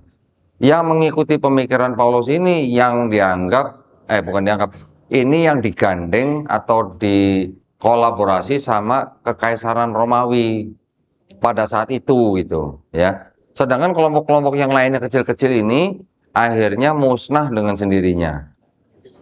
Tetapi dari beberapa kelompok ini, ada yang kelompok yang berasal dari Nazaret, makanya disebut Nazarin. Ada kelompok yang orang-orang Yahudi juga, tapi dia juga nggak makan babi, dia juga puasa, tapi dia hanya menganggap Yesus sebagai pemimpin rohani, bukan Tuhan. Nanti ada kelompok Arianisme yang bilang Yesus hanya ciptaan, bukan Tuhan. Terus ada lagi yang Gnostik. Gnostik ini yang terpengaruh oleh ajaran Stoik, pengaruh oleh ajaran Platonisme, dan sebagainya. Jadi kalau dikatakan yang benar-benar mengikuti ajaran Yesus sekarang yang disebut Kristen, mungkin sudah hampir nggak ada ya Pak ya. Sudah hampir nggak ada Pak. Begitu Pak? kemudian saja Injil Barnabas. Oke. Gini Pak, kalau Bapak nanya Injil Barnabas, itu Injil Barnabas yang mana? Karena ada 3 Pak. Nah, kalau yang kebanyakan umat Islam nanya Injil Barnabas, pasti Injil Barnabas yang menyebutkan bahwa akan ada nabi lagi bernama Ahmad. Betul Pak? Nah, Injil Barnabas itu ada 3. Yang pertama tulisan di abad kedua, namanya Epistle of Barnabas. Injil Barnabas yang kedua namanya Acts of Barnabas, ditulis abad ke-5 Masehi. Yang ketiga, Gospel of Barnabas itu yang ditulis abad ke-13 Masehi. Diterjemahkan ke dalam bahasa Italia dan Spanyol abad ke-16. Ya. Yang ketiga ini yang mengatakan ada nabi yang akan datang bernama Ahmad. Ini yang ketiga ini ya. Tetapi yang ketiga ini juga sebenarnya dianggap atau dipercaya itu sebenarnya yang nulis orang Islam Pak. Ya, makanya dia tahu banyak tentang Quran gitu. Bahwa nanti akan ada nabi lagi bernama Ahmad, ya, Nabi Isa, Yesus tidak disalib, yang disalib adalah Yudas Iskariot gitu. Kalau Yudas Iskariot ini kan berasal dari tafsirnya Ibnu Katsir. Gitu. Jadi yang disebut dengan Injil Barnabas yang bilang akan ada Nabi Ahmad itu tulisannya orang Islam. Ya, kita nggak perlu pakai Pak. Dan lagi pula ada sesuatu yang tidak sesuai dengan akidah kita di dalam Injil Barnabas ini. Karena apa? Karena dikatakan yang disebut Al-Masih itu bukan Nabi Isa, tapi Nabi Muhammad SAW. Nah, itu kan berbeda dengan kita. Ya, jadi itu tidak kita pakai. Lagi pula kan itu juga nggak diterima sama Kristen Pak. Buat apa kita pakai? Ya, itu Pak ya. Mudah-mudahan menjawab pertanyaan. Silakan Mas. Assalamualaikum. Waalaikumsalam. Oke. Assalamualaikum warahmatullahi wabarakatuh. Perkenalkan saya Riki, asal dari Sidoarjo. Alhamdulillah ketemu langsung sama Ko Dondi ya, biasanya dari YouTube. Alhamdulillah. Saya termasuk subscribernya Ko Dondi. Mungkin Ko Dondi pernah ingat saya DM waktu saya tanya masalah ini ya, siapa Paulus yang disebut di tafsir Ibnu Katsir. Mungkin pernah ingat, saya pernah DM itu. Nah ini sebenarnya masih ada lanjutannya kok. Waktu itu saya mau tanya apakah seperti kata seperti nama Isa menjadi Yesus itu kan itu penyebutan ya, seperti Maria jadi Maryam jadi Maria, atau sama mungkin kayak Bulus sama Paulus, atau Paulus itu kan Ko Dondi pernah bilang itu beda orang. Nah ini apakah ada ini ya, ada apa ya? Namanya penyebutan nama dengan orang yang berbeda, yang sama itu tadi, cuman berbeda negara penyebutannya juga berbeda gitu ya. Apakah itu ini bisa dilihat dari segi sejarahnya? Apa kita tarik dari ininya, nama-namanya, pelaku sejarahnya maksudnya ya, dari tafsir itu tadi. Terus yang kedua, Satu-satu boleh nggak Mas? Oh, Supaya gitu. saya nggak lupa. Oh iya, Ya. siap. Yang pertama, mengenai nama bulus di dalam tafsirnya dari Ibnu Katsir. Mas baca sampai habis nggak tafsirnya? Iya, baca. Di tafsir itu kota apa yang diutus? Aduh, lupa saya. Antiok. Ya, dia dari Yunani ya. Hancur nggak kotanya? Hancur. Sama nggak dengan kota Antiok yang didiami oleh Paulus dan Barnabas selama 1 tahun? Nggak sama. Nggak sama. Beda negara. Beda kan? Udah gitu kalau di Bible, Paulus pernah ketemu Yesus secara pribadi nggak? Belum. Belum pernah. Berarti sama nggak kira-kira? Nggak sama. Nah udah gitu aja. Jadi kita nggak usah banyak asumsi gitu. Berarti kalau seumpama dari pihak Kristen itu menyatakan itu orang yang sama, cuman beda penyebutan itu, beda tahun juga, itu kita bisa Nah membuktikan. makanya kalau misalnya ada penyebutan yang mirip-mirip, polanya ya maksudnya. Ya kita tanya, kota Antioknya hancur nggak di tafsir itu? Kota Antiok yang di Turki sekarang hancur nggak gitu. Terus Yesus pernah ketemu Paulus nggak gitu. Gitu aja kan udah beda. Berarti kalau udah beda artinya Ibnu Katsir punya dasar sendiri bahwa itu belum tentu Paulus yang disebut Saulus dari Tarsus gitu. Itu yang paling mudah Mas. Ya, yang kedua. Yang kedua ini tadi kan menyinggung soal Palestina ya. Selama saya belajar kristologi waktu itu, jadi memang apa ya, kita masih dibingungkan, masih diburamkan waktu itu dengan Palestina ini kan tanah yang dijanjikan. Nah ini saya sendiri pernah berdebat dengan teman saya Kristen juga, Margatan juga, Maria Johannatan namanya. Jadi memang dia ini apa ya, seperti menggebu-gebu dengan Israel, dengan Zionismenya, dengan Zionnya itu. Jadi saya nyatakan dari sisi Islam itu kita apa ya, kalau saya sendiri itu memang kalah apa ya, saya akui kalah untuk literasi, untuk pengetahuan tentang Palestina ini dari segi tanah yang dijanjikan itu bagaimana, dan karena Palestina ini jadi 3 agama, negara dengan 3 agama yang diperebutkan 3 agama itu tadi. Jadi mohon penyerahannya Dok. Gini Mas, kalau kita runut lagi ke belakang, kan ada Nabi Ibrahim alaihissalam, ya, mereka kenal dengan nama Abraham. Abraham juga dijanjikan tanah Kanaan, kalau kisahnya di Kejadian. Terus ketika keturunannya dari Nabi Yakub, 12 suku Israel pindah ke Mesir, di Mesir beranak pinak malah jadi budak. Setelah jadi budak, akhirnya dikeluarkan oleh Nabi Musa. Nabi Musa tidak sampai ke Palestina, dibawa oleh Nabi Yosua bin Nun. Baru masuk ke situ. Untuk masuk ke situ aja Yosua harus perang dulu kan, harus menguasai kota Yeriko dulu gitu.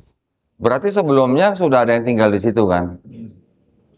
Waktu Nabi Abraham masuk ke tanah Kanaan juga sudah ada orangnya dulu. Berarti dari mulai Abraham sampai Bani Israel sampai Yosua bin Nun bawa Bani Israel masuk, sudah ada orang yang tinggal di situ. Betul kan? Kalau ada ayat-ayat tanah itu adalah tanah yang dijanjikan, tapi Abraham masuk ke tanah Kanaan juga disebut sebagai orang asing, ada ayat ini. Ini baru kemarin saya bahas. Pergilah Abraham ke Mesir, terus kemudian ketika kembali ke Kanaan juga sebagai orang asing, kepadamu dan kepada keturunanmu akan kuberikan negeri ini yang kau diami sebagai orang asing, dan seluruh tanah Kanaan akan kuberikan menjadi milikmu selama-lamanya. Pertanyaannya gini Mas sekarang, apa susahnya bikin buku bahwa ini ada tanah yang dijanjikan untuk bangsa, sebuah bangsa? Terus buku ini dijadikan dalil bahwa ini gara-gara buku ini saya harus menguasai tanah itu gitu. Susahnya apa bikin buku begini? Ya. Terus Kalau mereka klaim bahwa tanah itu adalah tanah yang dijanjikan, sebelum mereka datang ke situ sudah ada penduduknya. Setelah mereka keluar dari Mesir juga sudah ada penduduknya. Bahkan sampai perang segala macam. Tetapi ketika kita melihat konteks Zionisme, ini konteksnya sudah berbeda. Gitu. Ya. Pertama, apakah orang Israel yang mendirikan negara Israel itu benar-benar orang Israel yang darahnya masih murni Israel?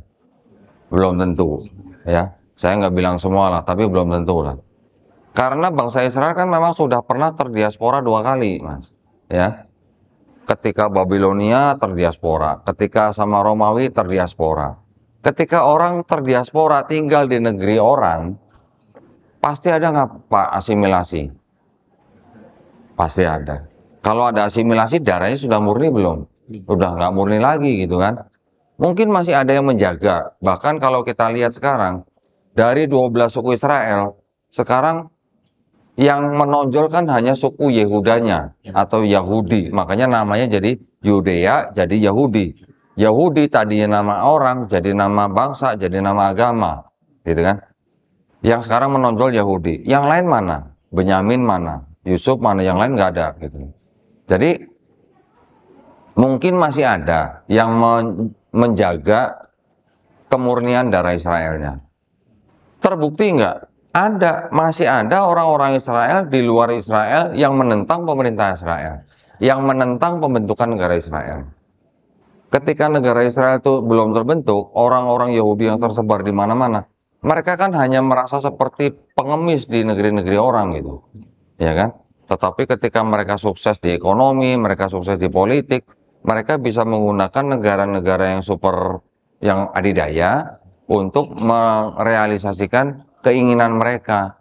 Keinginan mereka kan hanya mereka ingin punya negara sendiri gitu. Kalau zaman dulu kan belum ada sistem negara. Zaman baru belakangan ini aja kan baru ada sistem negara. Jadi ketika mereka bisa memanfaatkan Amerika, Inggris, Prancis, dan juga Liga Bangsa-Bangsa pada saat itu, orang-orang yang disebut dengan Yahudi hybrid tau nggak Mas? Separuh Israel, separuh nggak Israel gitulah. Darahnya udah nggak murni gitu. Mereka yang menderita di negara-negara orang, mereka pengen punya negara sendiri, terbentuklah paham Zionis. Nah, ketika sekarang mereka paham Zionis, mereka kan memanfaatkan kondisi perang. Pada saat Turki kalah perang, ya Ottoman kalah perang, masuklah mereka lewat Amerika, lewat Inggris, bikin perjanjian Sykes-Picot, bikin perjanjian Balfour, untuk menjamin orang-orang Yahudi dari luar Israel masuk dengan aman, dibawa oleh kapal perang, dijaga oleh tentara Inggris gitu, dengan Jenderal Allenby misalnya. Itu ya memang itu misinya mereka begitu, hanya untuk bisa punya negara sendiri. Ketika mereka masuk ke Palestina, orang Palestinanya nggak nolak, nggak ngusir. Tapi giliran mereka udah tambah banyak, orang Palestina yang diusir, dipepet-pepet sampai ke pinggir laut, ke Gaza gitu. Apa bisa itu yang disebut dengan tanah yang dijanjikan gitu kalau begitu? Gitu ya, jawaban dari saya. Mudah-mudahan bisa nyantel konteksnya gitu. Ya. Karena banyak orang-orang Kristen di sini yang mengaku mereka bagian dari Israel. Mereka mengaku harus membela bangsa Israel. Padahal mereka secara nasab nggak ada hubungan sama Israel. Secara nasab loh. Mereka hanya karena pakai separuh kitabnya gitu. Kitabnya orang Yahudi dipakai, mereka merasa ada hubungan secara rohani aja. Padahal kalau mereka ke Israel, cerita-cerita atau berteriak-teriak tentang Yesus, bakal diludahin sama orang Yahudi, Pak. Ya, monggo Pak, silakan. Baik, terima kasih Ustaz. Sebenarnya yang menciptakan agama Kristen itu siapa sih? Paulus, Pak. Paulus atau Paulus tadi saya bilang. Hubungannya nama Yesus itu apa Ustaz? Yesus itu hanya tokoh yang diceritakan oleh Paulus gitu, Pak. Jadi kalau Paulus itu Pak, dia juga orang Yahudi. Ayahnya suku Benyamin, tapi ibunya dari Tarsus Yunani. Ya, jadi dia blasteran. Dia besar belajar dengan seorang guru Yahudi, namanya Gamaliel. Dia mengaku sebagai pelaku Taurat yang taat. Tetapi ketika suatu perjalanan dia ke Damsyik, dia mengaku melihat cahaya, mendengar suara. Setelah itu dia menjadi pemberita tentang Yesus gitu Pak. Nah, tapi yang diberitakan itu tidak sesuai dengan apa yang diajarkan Yesus. Kalau Yesus bilang sama bangsa Israel, kalau kamu tidak bertobat dan menjadi seperti anak kecil, kamu tidak akan selamat. Tapi Paulus bilangnya apa? Kalau kamu tidak percaya Yesus itu Tuhan dan Juru Selamat yang sudah mati di atas kayu salib untuk menebus dosa kamu, kamu tidak akan selamat. Kan beda Pak gitu. Paulus mengajarkan ada dosa waris. Setiap manusia keturunan Adam punya dosa waris. Ya, jadi kesalahan Adam dan Hawa itu menjalar kepada setiap keturunannya gitu. Jadi punya dosa waris. Yesus nggak pernah ngajarin dosa waris Pak. Nah itu bedanya. Jadi gimana? Jadi sebenarnya Paulus itu siapa sih? Kok hebat banget bisa ngibulin miliaran manusia gini? Itu Paulus itu tadinya warga negara Romawi Pak. Bahkan dia bisa dikatakan kepala tentara Romawi yang ngejar-ngejar pengikut Yesus. Jadi dia aslinya dulunya ngejar-ngejar pengikut Yesus, dipersekusi, dipenjara, dibunuh. Tapi belakangan setelah dia mengaku melihat cahaya dan mendengar suara itu, dia mengaku bertobat dan malah berbalik memberitakan tentang Yesus. Analoginya gini Pak, mungkin analogi ya Pak ya. Kita semua tahu Hitler, ya kan? Hitler bunuh berapa juta orang Yahudi Pak? iya, 6 juta ya katanya. iya. Kalau tiba-tiba Hitler itu dulu nih ya misalnya, kalau tiba-tiba Hitler ngaku dia bertobat, terus dia bawa surat, dia bawa ke orang Yahudi, dia mengaku sebagai pemberita gitu, ingin istilahnya sebagai orang seperti Paulus lah gitu. Kira-kira orang Yahudinya terima nggak Pak? Kira-kira orang Yahudi terima nggak gitu? Nah gitu aja. Masalahnya gini Pak.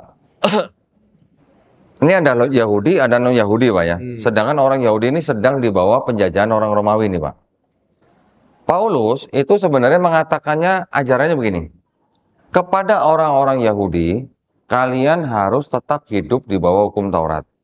Orang-orang Yahudi. Tetapi kepada kalian orang-orang non-Yahudi, kalian tidak harus hidup di bawah hukum Taurat. Karena apa? Karena kalian dosanya sudah ditebus dengan matinya Yesus di atas kayu salib itu Pak. Jadi audiensnya Paulus beda gitu Pak. Audiensnya Paulus tuh bukan kepada orang Yahudi gitu. Nah kan kita tahu sendiri orang Romawi kan paling doyan makan babi. Orang Romawi paling takut disunat Pak. Sayang ya, jadi mereka dalil akalnya tidak dipakai, yang dogmatis saja ya Ustaz. Iya, iya. Kebanyakan kalau yang sekarang kita dengar dari orang-orang Kristen, mereka hanya mengandalkan pengalaman pribadi Pak. Oh saya mimpi ngeliat Yesus. Tapi ketika ditanya Yesus yang dilihat itu mirip siapa? Mirip Jim Caviezel, Willem Dafoe, atau Robert Powell gitu. Nggak ada yang bisa jawab Pak. Itu kan nama-nama aktor yang memerankan Yesus gitu. Apakah itu juga termasuk bukan dari Vatikan? Apa? Mereka itu apa kan? Oh iya. Iya. Jadi kalau di Italia Pak, dari zaman dulu, setiap warga Italia, kerja apapun, penghasilannya pasti dipotong pajak untuk Vatikan. Saya nggak tahu berapa persen Pak, tapi dipotong aja. Baru berapa tahun yang lalu, orang warga Italia protes. Mereka nggak mau lagi dipotong untuk Vatikan. Gitu. Nah, dana yang diterima Vatikan itulah yang kemana-mana Pak, sampai ke sini. Gitu. Gitu Pak, cukup? Oke. Ya boleh. Tunggu sebentar.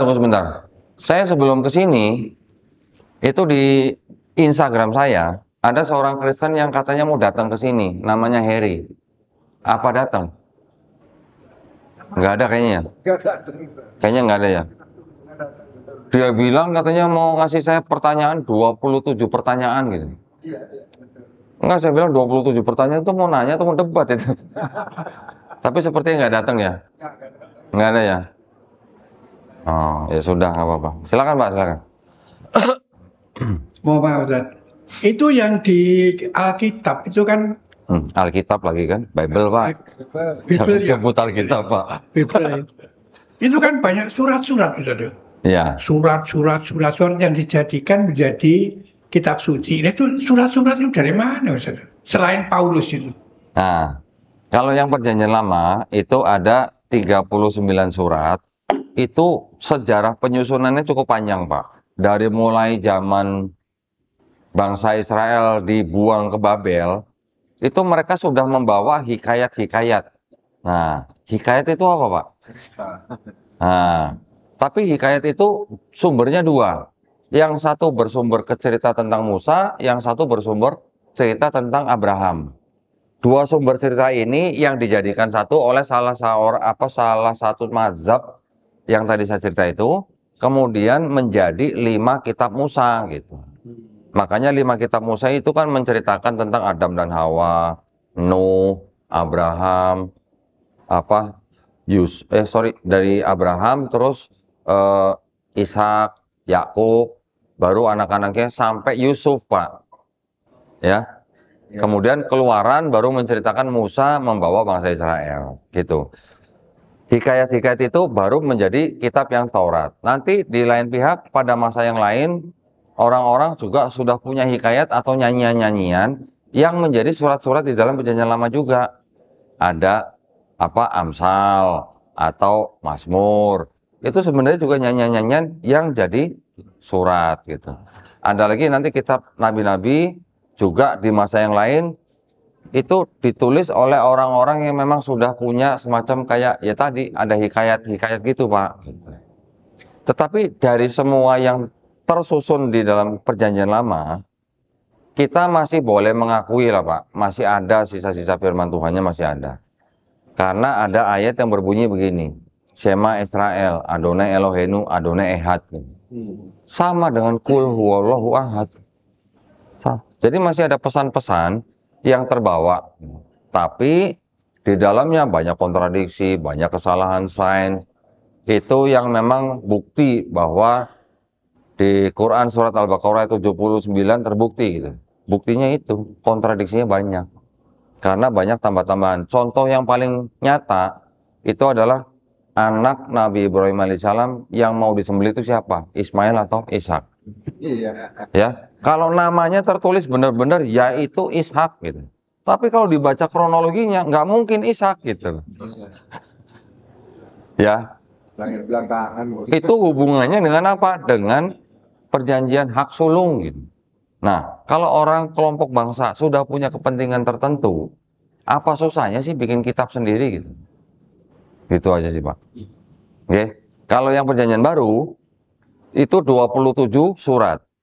4 surat yang menceritakan tentang Yesus, ditulis oleh orang-orang yang nggak jelas namanya siapa, ya. 13 surat dianggap surat-suratnya Paulus, Pak. Tapi dari 13 surat Paulus itu, ternyata menurut orang-orang sarjana Kristen sendiri, dari 13 surat itu yang dianggap benar-benar ditulis oleh Paulus cuma 7. Sisanya yang 6 nggak tahu siapa yang nulis.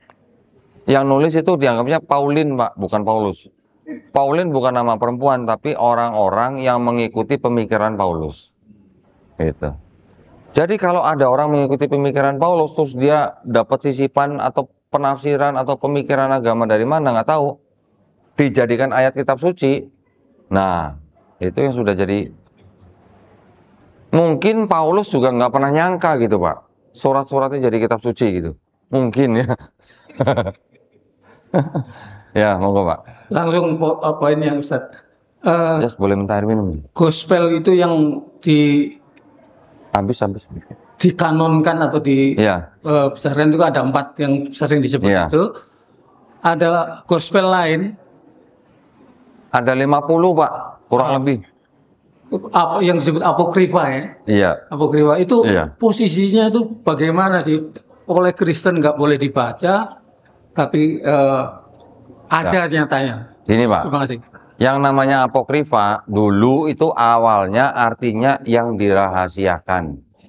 Jadi yang boleh baca cuman gereja, jemaat nggak boleh baca. Itu yang aslinya, Pak, apokrifa. Tapi belakangan arti apokrifa itu berubah menjadi apa?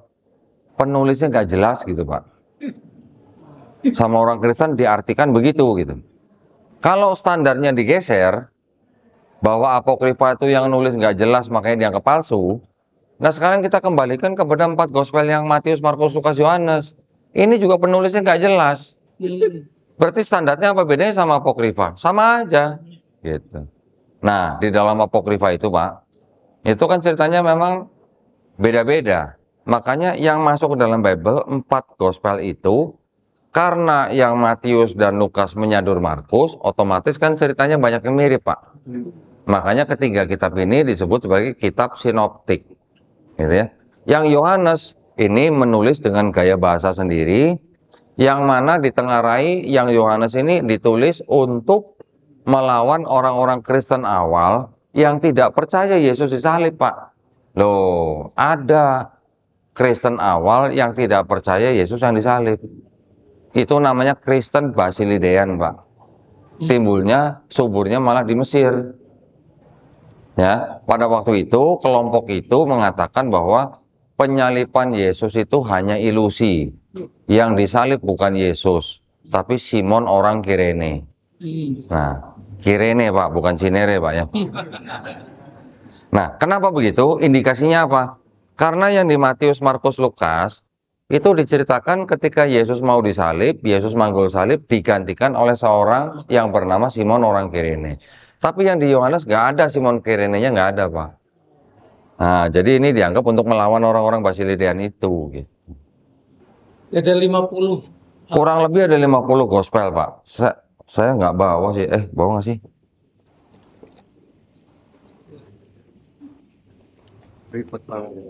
Nggak bawa, Pak. Yang saya punya di studio itu gospel-gospel yang sudah diterjemahkan ke dalam bahasa Inggris. Itu ada cerita-cerita yang tadi Yesus melihat penyaliban itu dari jauh sambil tertawa. Yang disalib Simon orang Kirene. Nanti ada lagi gospel yang lain, Yesus mengasihi Maria Magdalena melebihi murid-murid yang lain. Yesus sering mencium Maria Magdalena di bibirnya. Itu. Kalau itu kan nggak mungkin masuk ke dalam Bible, Pak. Kalau masuk ke dalam Bible bubar. Ya, cukup. Yang lain? Alhamdulillah, Pak. Wayakum.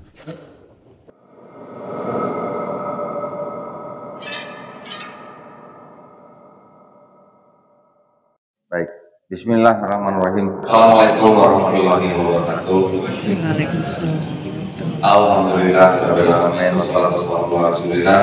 Senang sekali pada pagi hari ini pada sholat subuh, pada kajian, tiba-tiba ada seorang pemuda yang mengikuti kajian kita pada pagi hari ini bernama Ivan Dervanda, betul ya? KTP-nya dari Kota Malang. Oh, tinggal di Malang? Atau tinggal di sini? Kerja di sini ya. Nama Ivan Dervanda, agama sebelumnya Kristen. Coba cek, benar nggak? Saksi. Benar ya, benar ya. Menyatakan diri untuk memeluk agama Islam, betul? Betul. Sebelumnya saya ingin memberikan beberapa pertanyaan. Adik Ivan ini mau masuk Islam ini karena kemauan sendiri atau ada paksaan dari orang lain? Kemauan sendiri. Alhamdulillah. Masih ada orang tua? Masih. Di mana? Di mana semua? Tahu nggak Ivan hari ini mau bersyahadat? Nggak tahu. Kira-kira kalau tahu orang tuanya bagaimana reaksinya? Mendukung. Kemarin sudah saya omongin, cuma belum ada kesempatan untuk proses ini. Oh gitu? Ya. Oh jadi sudah memberitahu orang tuanya dan mereka alhamdulillah menerima. Orang tuanya Kristen atau? Kristen semua. Dua-duanya Kristen. Alhamdulillah. Yang ketiga, di dalam Islam ada syariat-syariat yang harus dijalankan, yaitu setelah bersyahadat ini nanti ada yang namanya sholat, ada yang namanya zakat, ada yang namanya puasa, ada yang namanya haji jika mampu hajinya. Ya. Apakah Ivan ini berjanji untuk melakukan syariat-syariat tersebut? Alhamdulillah. Baik, kalau begitu tidak ada yang menghalangi Mas Ivan untuk memeluk agama Islam ya, untuk bersyahadat. Sudah pernah mendengar 2 kali bersyahadat? Sudah. Alhamdulillah. Tahu artinya? Belum. 2 kali syahadat itu asyhadu alla ilaha illallah wa asyhadu anna muhammadar rasulullah. Artinya aku bersaksi tiada Tuhan yang layak disembah selain Allah dan aku bersaksi Nabi Muhammad adalah utusan Allah. Menerima 2 kalimat tersebut? Menerima. Alhamdulillah. Kita berjabat tangan. Ya, ikuti dua kalimat syahadat yang saya ucapkan, dan nanti kita lanjutkan dengan terjemahan bahasa Indonesia. Ya, Bismillahirrahmanirrahim. Asyhadu alla ilaha illallah wa asyhadu anna Muhammadan Rasulullah. Aku bersaksi tiada Tuhan yang layak disembah selain Allah.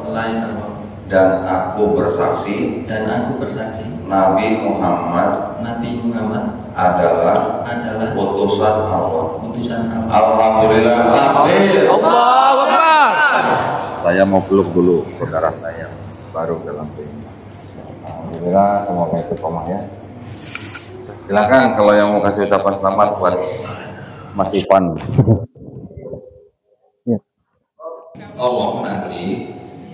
Tolong nanti sediakan waktu dalam seminggu 2 hari ya. 2 hari, 1 kalinya waktu 90 menit. Ya, nanti bisa belajar di sekretariat kami di sekretariat YPMA Jalan Bayangkara nomor 21. Oh iya. Jauh nggak di situ? Enggak ya, artinya dekat ya. Nah ya, nanti di di sekretariat kita dalam seminggu 2 kali belajar di sana. Nanti Pak Handoko tuh tuan gurunya Pak Handoko ya, ngajarin Islam lebih luas lagi. Ya, ini ada sedikit uang, tolong diterima. Ini adalah uang zakat. Ya, jangan dilihat jumlahnya. Ini adalah bentuk memang kita menjalankan syariat dalam Islam. Karena orang yang baru masuk Islam ini merupakan salah satu dari 8 asnaf yang memang berhak menerima zakat. Ya, tolong diterima. Nanti kalau misalnya ada yang nggak jelas atau apa, jangan sungkan-sungkan tanya ke Pak. Ya, mudah-mudahan kita semuanya istiqomah, ya, dan insya Allah kita semua di sini husnul khotimah. Ya. Amin. Jangan sungkan-sungkan, belajarnya step by step. Nggak perlu hari ini syahadat besok jadi imam di masjid, enggak. Belajar pelan-pelan ya. Alhamdulillah, saya ingin memberikan kabar begini. Di dalam Islam kita memahami ketika orang yang bukan Islam masuk Islam, insya Allah dosa-dosanya dari akil balik sampai dia bersyahadat dihapuskan, insya Allah ya. Tetapi kebaikannya dari dia akil balik sampai dia bersyahadat, insya Allah tetap dicatat sebagai pahala kebaikan. Ya, itu adalah sebuah kabar yang sangat-sangat mengembirakan kita. Jadi kita nanti bisa ngiri nih sama Mas Ivan nih, ini sekarang nggak punya dosa nih, ibaratnya ini seperti bayi yang baru lahir nih, ya, seperti kertas yang putih semua tinggal ditulis dengan segala kebaikan, insya Allah ya. Baik, saya mengucapkan terima kasih buat bapak-bapak, ibu-ibu yang dari sini semuanya atas perhatiannya. Mudah-mudahan kita semuanya istiqomah dan husnul khotimah ya. Buat para pemirsa juga yang menyaksikan peristiwa ini bisa mendukung YPM Tauhid ya dengan mengirimkan ke BSI nomor 111889988 atas nama YPM Tauhid Jakarta. Barakallahu fikum, semoga partisipasi para pemirsa diterima di sisi Allah Subhanahu wa taala sebagai amal jariah ya. Amin ya rabbal alamin. Baik, kalau begitu kita tutup semuanya dengan kalimat hamdalah alhamdulillahirabbil alamin ya. Assalamualaikum warahmatullahi wabarakatuh.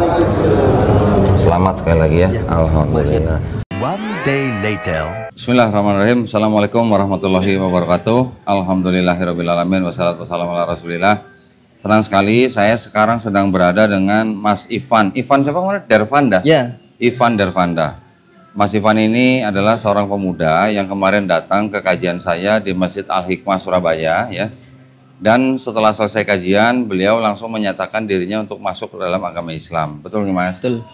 Waktu itu kan saya tanya ya, atas kemauan sendiri atau ada paksaan ya? Menurut Mas Ivan adalah kemauan sendiri. Nah, alhamdulillah sekarang saya dan Mas Ivan ini sekarang sedang berada di Sekretariat Yayasan Pembina Mu'alafat Tauhid Surabaya. Sebentar lagi akan ada kajian. Kita nyolong waktu nih untuk ngobrol sebentar nih. Kemarin kita nggak sempat ngobrol ya karena banyak orang dan hektik ya. Alhamdulillah. Mas Ivan boleh cerita Mas Ivan ini asli dari mana? Dari Malang. Asli Malang. Ya. Dari keluarga Kristen berarti. Kristen. Kristen. Gerejanya apa Mas? GSJA Immanuel GSJA berarti Gereja Sidang Jemaat Jemaat Allah Immanuel Ya. di Malang. di Malang. Oke, orang tua juga semua Kristen. Kristen semua. Nah, berapa saudara Mas? 3 saudara. 3 saudara. Terus Mas Ivan ini berarti apa sedang merantau ke Surabaya, kerja di Surabaya gitu? Ya ibu, istilahnya merantau lah. Oh merantau, merantaunya jauh banget ya dari Malang ke Surabaya ya. Alhamdulillah. Dari tahun berapa Mas? 2014. 2014. Nah, boleh cerita nggak Mas Ivan ini kemarin ceritanya gimana kok tiba-tiba menghadiri kajian saya subuh-subuh lagi ya? Mending kalau subuhnya jam 5, jam 4 kurang 23 menit, 22 menit lah. 3:43 loh subuhnya itu ya, Masya Allah. Jam 3 sudah bangun ya. Jam 3 udah bangun. Saking Gimana? kepingin. Saking nungguin gitu. Iya. Kalau nungguin jadi nggak bisa tidur gitu. Alhamdulillah Mas, boleh cerita nggak Mas? Kemarin kok tiba-tiba bisa datang ke masjid untuk syahadat tuh ada apa? Ya semua kan dari niat itu sudah muncul tiba-tiba gitu. Lihat postingan gitu. Kok ada postingan di IG gitu, Pak. Terus dari sebelumnya sudah ingin ketemu samanya tapi kok kejauhan ke sana. Oh gitu. Mumpung safari ke sini. Saya lihat postingan itu langsung spontan gitu aja, enggak ada apa ya, istilah nggak ada ancang-ancang lah, langsung gitu. Langsung. Oh. Iya. Tapi maksud saya gini, Mas Ivan ke Surabaya 2014. Iya. Waktu ke Surabaya 2014 itu masih ke gereja? Ya, sampai 2019. Oh, sampai 2019. Terus habis 2019 nggak gereja lagi? Ya, ya masih pelajari ulang gitu. Pelajari ulang apa? Bible-nya? Bible-nya. Tapi nggak ke gereja? Belum. Ceritanya ngajuin cuti gitu ke gereja gitu? Ya nggak ngajuin. Oh, ngajuin cuti. Ngajuin cuti sendiri maksudnya? Ngajuin sendiri. Dari 2019? Iya. Oh, berarti udah cukup lama ya, udah 5 tahun berarti ya? 5 tahun. Nah, terus yang menyebabkan Mas Ivan itu dalam tanda kutip cuti ke gereja itu kenapa?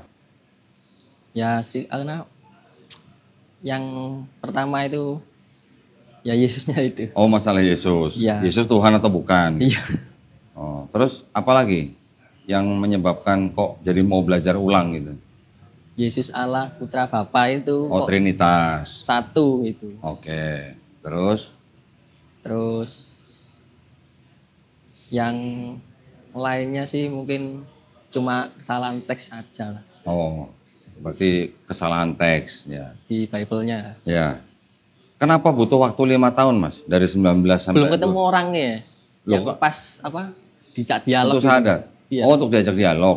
Oh, kalau mau syahadat aja kan nggak harus Iya. dengan siapa. Iya, siapa Ya. aja semua bisa. Bisa ke masjid mana aja syahadat. Bisa. Oh, maksudnya mau nyari orang untuk dialog. Iya. Oh, gitu. Waktu itu Waktu itu, ya. karena kan belum tahu semua yang apa? Belum saya ketahui lah. Jadi dari 2019 sampai kemarin sebelum syahadat itu Mas Ivan percaya kepada siapa? Tuhannya? Tuhan Allah, bukan Yesus. Tuhan Allah. Paham nggak Pak? Tuhan Allah Pak. Ya itu mungkin istilahnya adalah istilah orang Kristen ya. Tetapi berarti selama 5 tahun berarti Mas Ivan hanya percaya kepada yang disebut dengan Bapa. Ya. Gitu ya. Yesusnya bukan Tuhan. Nah. Boleh cerita nggak Mas? Mungkin ada ayat apa di Bible yang buat Mas Ivan itu nggak masuk logika atau mungkin aneh gitu? Ayat-ayatnya inget yang sudah dipelajari? Ada di Bible, ada di Boleh. foto lah. Boleh nyontek gitu. Lupa. Nggak SMA, nggak kerja, masih nyontek gitu. Boleh silakan. Bentar Pak ya. Ya nggak apa-apa. Atau mungkin Mas Ivan melihat kok ajaran Yesus di Bible kok beda sama yang dilakukan orang Kristen gitu. Iya. Salah satunya itu ya.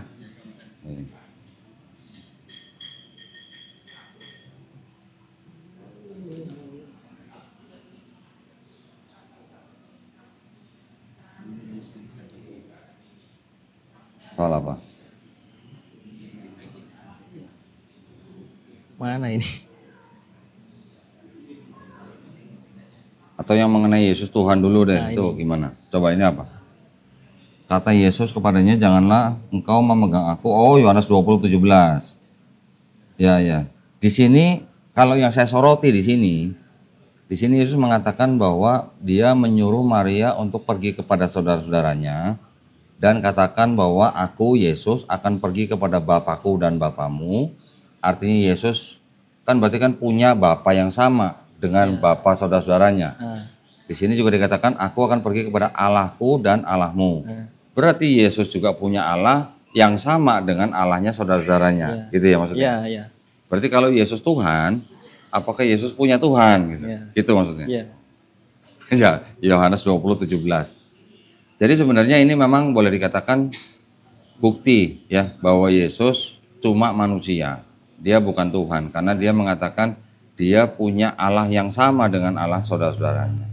Itu ya. Iya. Yang lain ada mungkin? Nah, cuma ini aja yang kena lah. Ini yang paling kena. Oke.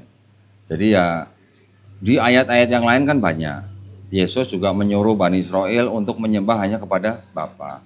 Waktu Yesus dicobai sama iblis, ya, itu juga Yesus bilang ke iblis untuk menyembah Bapa saja. Yang lucu kan begini, kalau Yesus itu Tuhan, apakah iblis itu nggak tahu kalau Yesus Tuhan gitu? Kok berani-beraninya nyobain Tuhan gitu?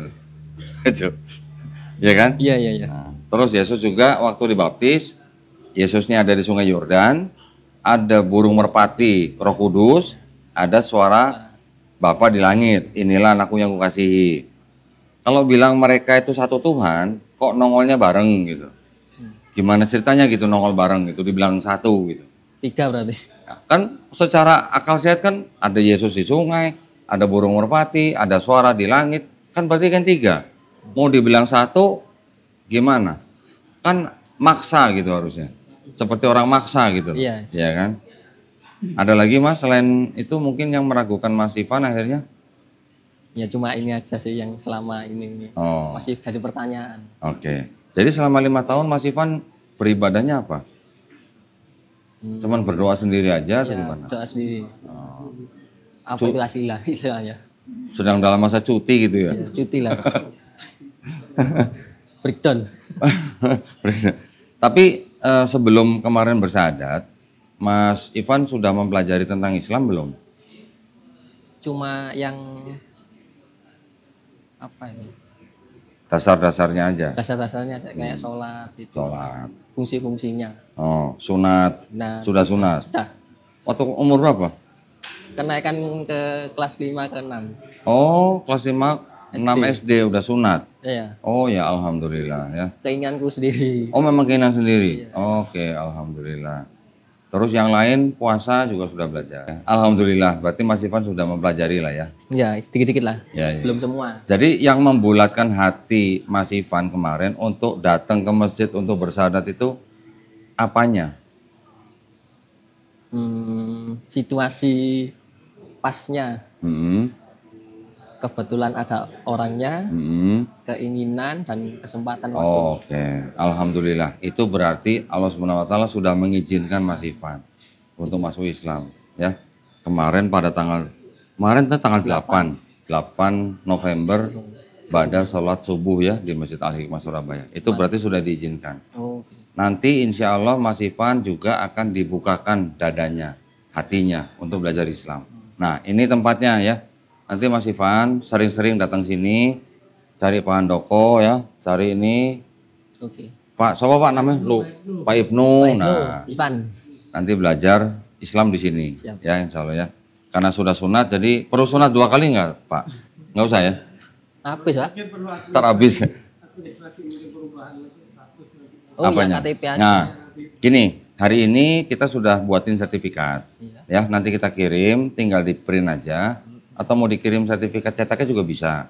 Oh gitu. Nah, PDF bisa. PDF juga boleh. Nanti tinggal di print. Berdasarkan surat itu, Mas Ivan nanti datang ke kelurahan. Ya, minta atau temui petugas Dukcapil. Minta untuk mau merubah keterangan agama di KTP. Harus bawa sertifikat itu. Tapi difotokopi dulu ya. Yang dikasihkan fotokopinya aja. Oh, yang dikasih fotokopi. Iya, ya. Nanti nggak sampai sehari harusnya selesai kok. Jadi kok. Oh. Paling lama besoknya udah bisa diambil fisiknya. Hari yang sama dapat PDF-nya. Ya. Nah, jadi ya alhamdulillah Mas Ivan kemarin sudah datang ke kajian, sudah bersyahadat, alhamdulillah sudah sunat juga. Jadi nanti tinggal belajarnya. Ya, nanti di sini belajar fikih, belajar akidah, belajar sholat, belajar iqra, semuanya. Semuanya. Oke. Orang tua sudah dikasih tahu? Belum bisa merangkai kata-kata. Oh, belum bisa merangkai. Mau dibantuin? Nah. Mau langsung ke rumahnya aja. Oh, mau langsung ketemu ya? Iya. Rencana kapan pulang? Biasanya hari apa pulang? Harusnya minggu besok, tapi kebetulan Seninnya itu masuk pagi. Oh. Jadi istirahat minggu. Nah, kemarin waktu bersahadat, saya ingat kan saya nanya ke Mas Ivan kan, orang tuanya tahu nggak Mas Ivan bersahadat? Tahunya itu sudah saya minta duluan. Saya ingin masuk. Oh, ngasih tahu ke orang tua. Terus reaksi orang tuanya? Ya nggak apa-apa, selama yang kamu anggap itu bisa kamu lakukan, silahkan di. Oh, mereka mengizinkan. Ya. Artinya tidak ada masalah. Tidak ada masalah seperti kayak apa ya, gengsi itu tidak ada. Oh, tidak ada gengsi. Oh, papa mamanya juga nggak ada masalah ya, dua-duanya nggak ada masalah ya. Alhamdulillah. Berarti kalau nanti Mas Ivan pulang ngasih tahu ya, insya Allah nggak ada masalah ya. Insya Allah tidak ada. Oke, alhamdulillah. Saya sih kemarin sebenarnya nanya begitu tuh, cuman mau taunya gini.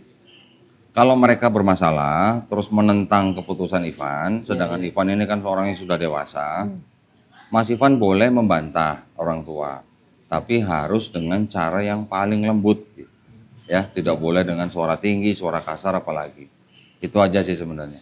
Untuk masuk Islam tidak perlu izin dari siapa-siapa, termasuk kepada orang tua juga nggak perlu izin, ya. Cuma kita diajarkan di dalam Islam untuk tetap hormat kepada orang tua, walaupun beda keyakinan. Permisi gitu ya. Ya, for your information gitu lah. Oh, FYI. Ya, bukan minta izin loh ya. Iya. Karena yang mengizinkan Mas Ivan jadi muslim atau enggak itu cuma Allah SWT. Oke. Kalau kita mah hanya membantu aja. Ada lagi yang mau diceritakan mungkin dari prosesnya Mas Ivan dari GSJA ke Islam? Mungkin pengalaman apa gitu, teman-teman muslim atau apa yang bagaimana gitu? Kebetulan saya di lingkungan muslim. Oh. Depan rumah saya persis itu masjid. Oh gitu. Di tempat yang sekarang tinggal di Surabaya? Enggak, di rumah orang tua. Di Malang? Iya. Oh gitu. Lah orang tuanya nggak pernah diajak ke masjid? Enggak ada ya. Enggak, masing-masing ya. Ya mudah-mudahan aja menyusul nanti insya Allah. Baik, kalau gitu mungkin Mas Ivan ada pesan gitu buat penonton? Penonton. Nah, silakan. Baik yang muslim maupun yang belum muslim, silakan. Apa ya? Pesan apa? Masih grogi, belum bisa. Masih grogi. Enggak apa-apa. Ya, nggak apa-apa nanti lain kali aja ya. Mungkin yang penting sekarang Mas Ivan sebagai manusia yang istilahnya kembali ke Islam, insya Allah kan dosanya sudah diampuni, sudah dihapuskan. Dari dosa Mas Ivan semenjak balik sampai kemarin syahadat sudah diampuni, sudah dihapuskan gitu ya, insya Allah ya. Tapi kebaikan yang Mas Ivan lakukan dari balik sampai kemarin syahadat juga insya Allah sudah dicatat sebagai pahala kebaikan. Jadi yang dosa dihapus, yang baik dicatat sebagai pahala. Alhamdulillah ya. Sekarang Mas Ivan sebagai orang yang baru kembali ke Islam, tinggal menulis lembaran baru itu dengan segala kebaikan. Ya, dengan amal soleh, dengan ibadah, insya Allah ya Mas ya. Mas Ivan juga yang dosanya belum ada nih, tolong doain kita nih teman-teman kita. Siap. Ya, insya Allah doanya didengar dan dijabah. Amin ya Rabbal Alamin ya. Baik, kalau gitu terima kasih banyak atas perhatiannya buat para pemirsa. Juga buat para pemirsa yang ingin mendukung perjuangan dakwah kami, dipersilahkan untuk mengirimkan ke BSI dengan nomor 111 8899 atas nama YPM atau Jakarta, dan bisa konfirmasi ke nomor handphone 0813 9883 7007. Barakallahu fikum, semoga partisipasi para pemirsa diterima di sisi Allah SWT sebagai amal jariah ya. Amin ya Rabbal Alamin. Baik, kalau gitu kita pamit undur diri. Akhir kata, wabillahi taufiq wal hidayah. Wassalamualaikum warahmatullahi wabarakatuh. Makasih banyak ya Ivan ya. Istiqomah ya insya Allah ya. Alhamdulillah.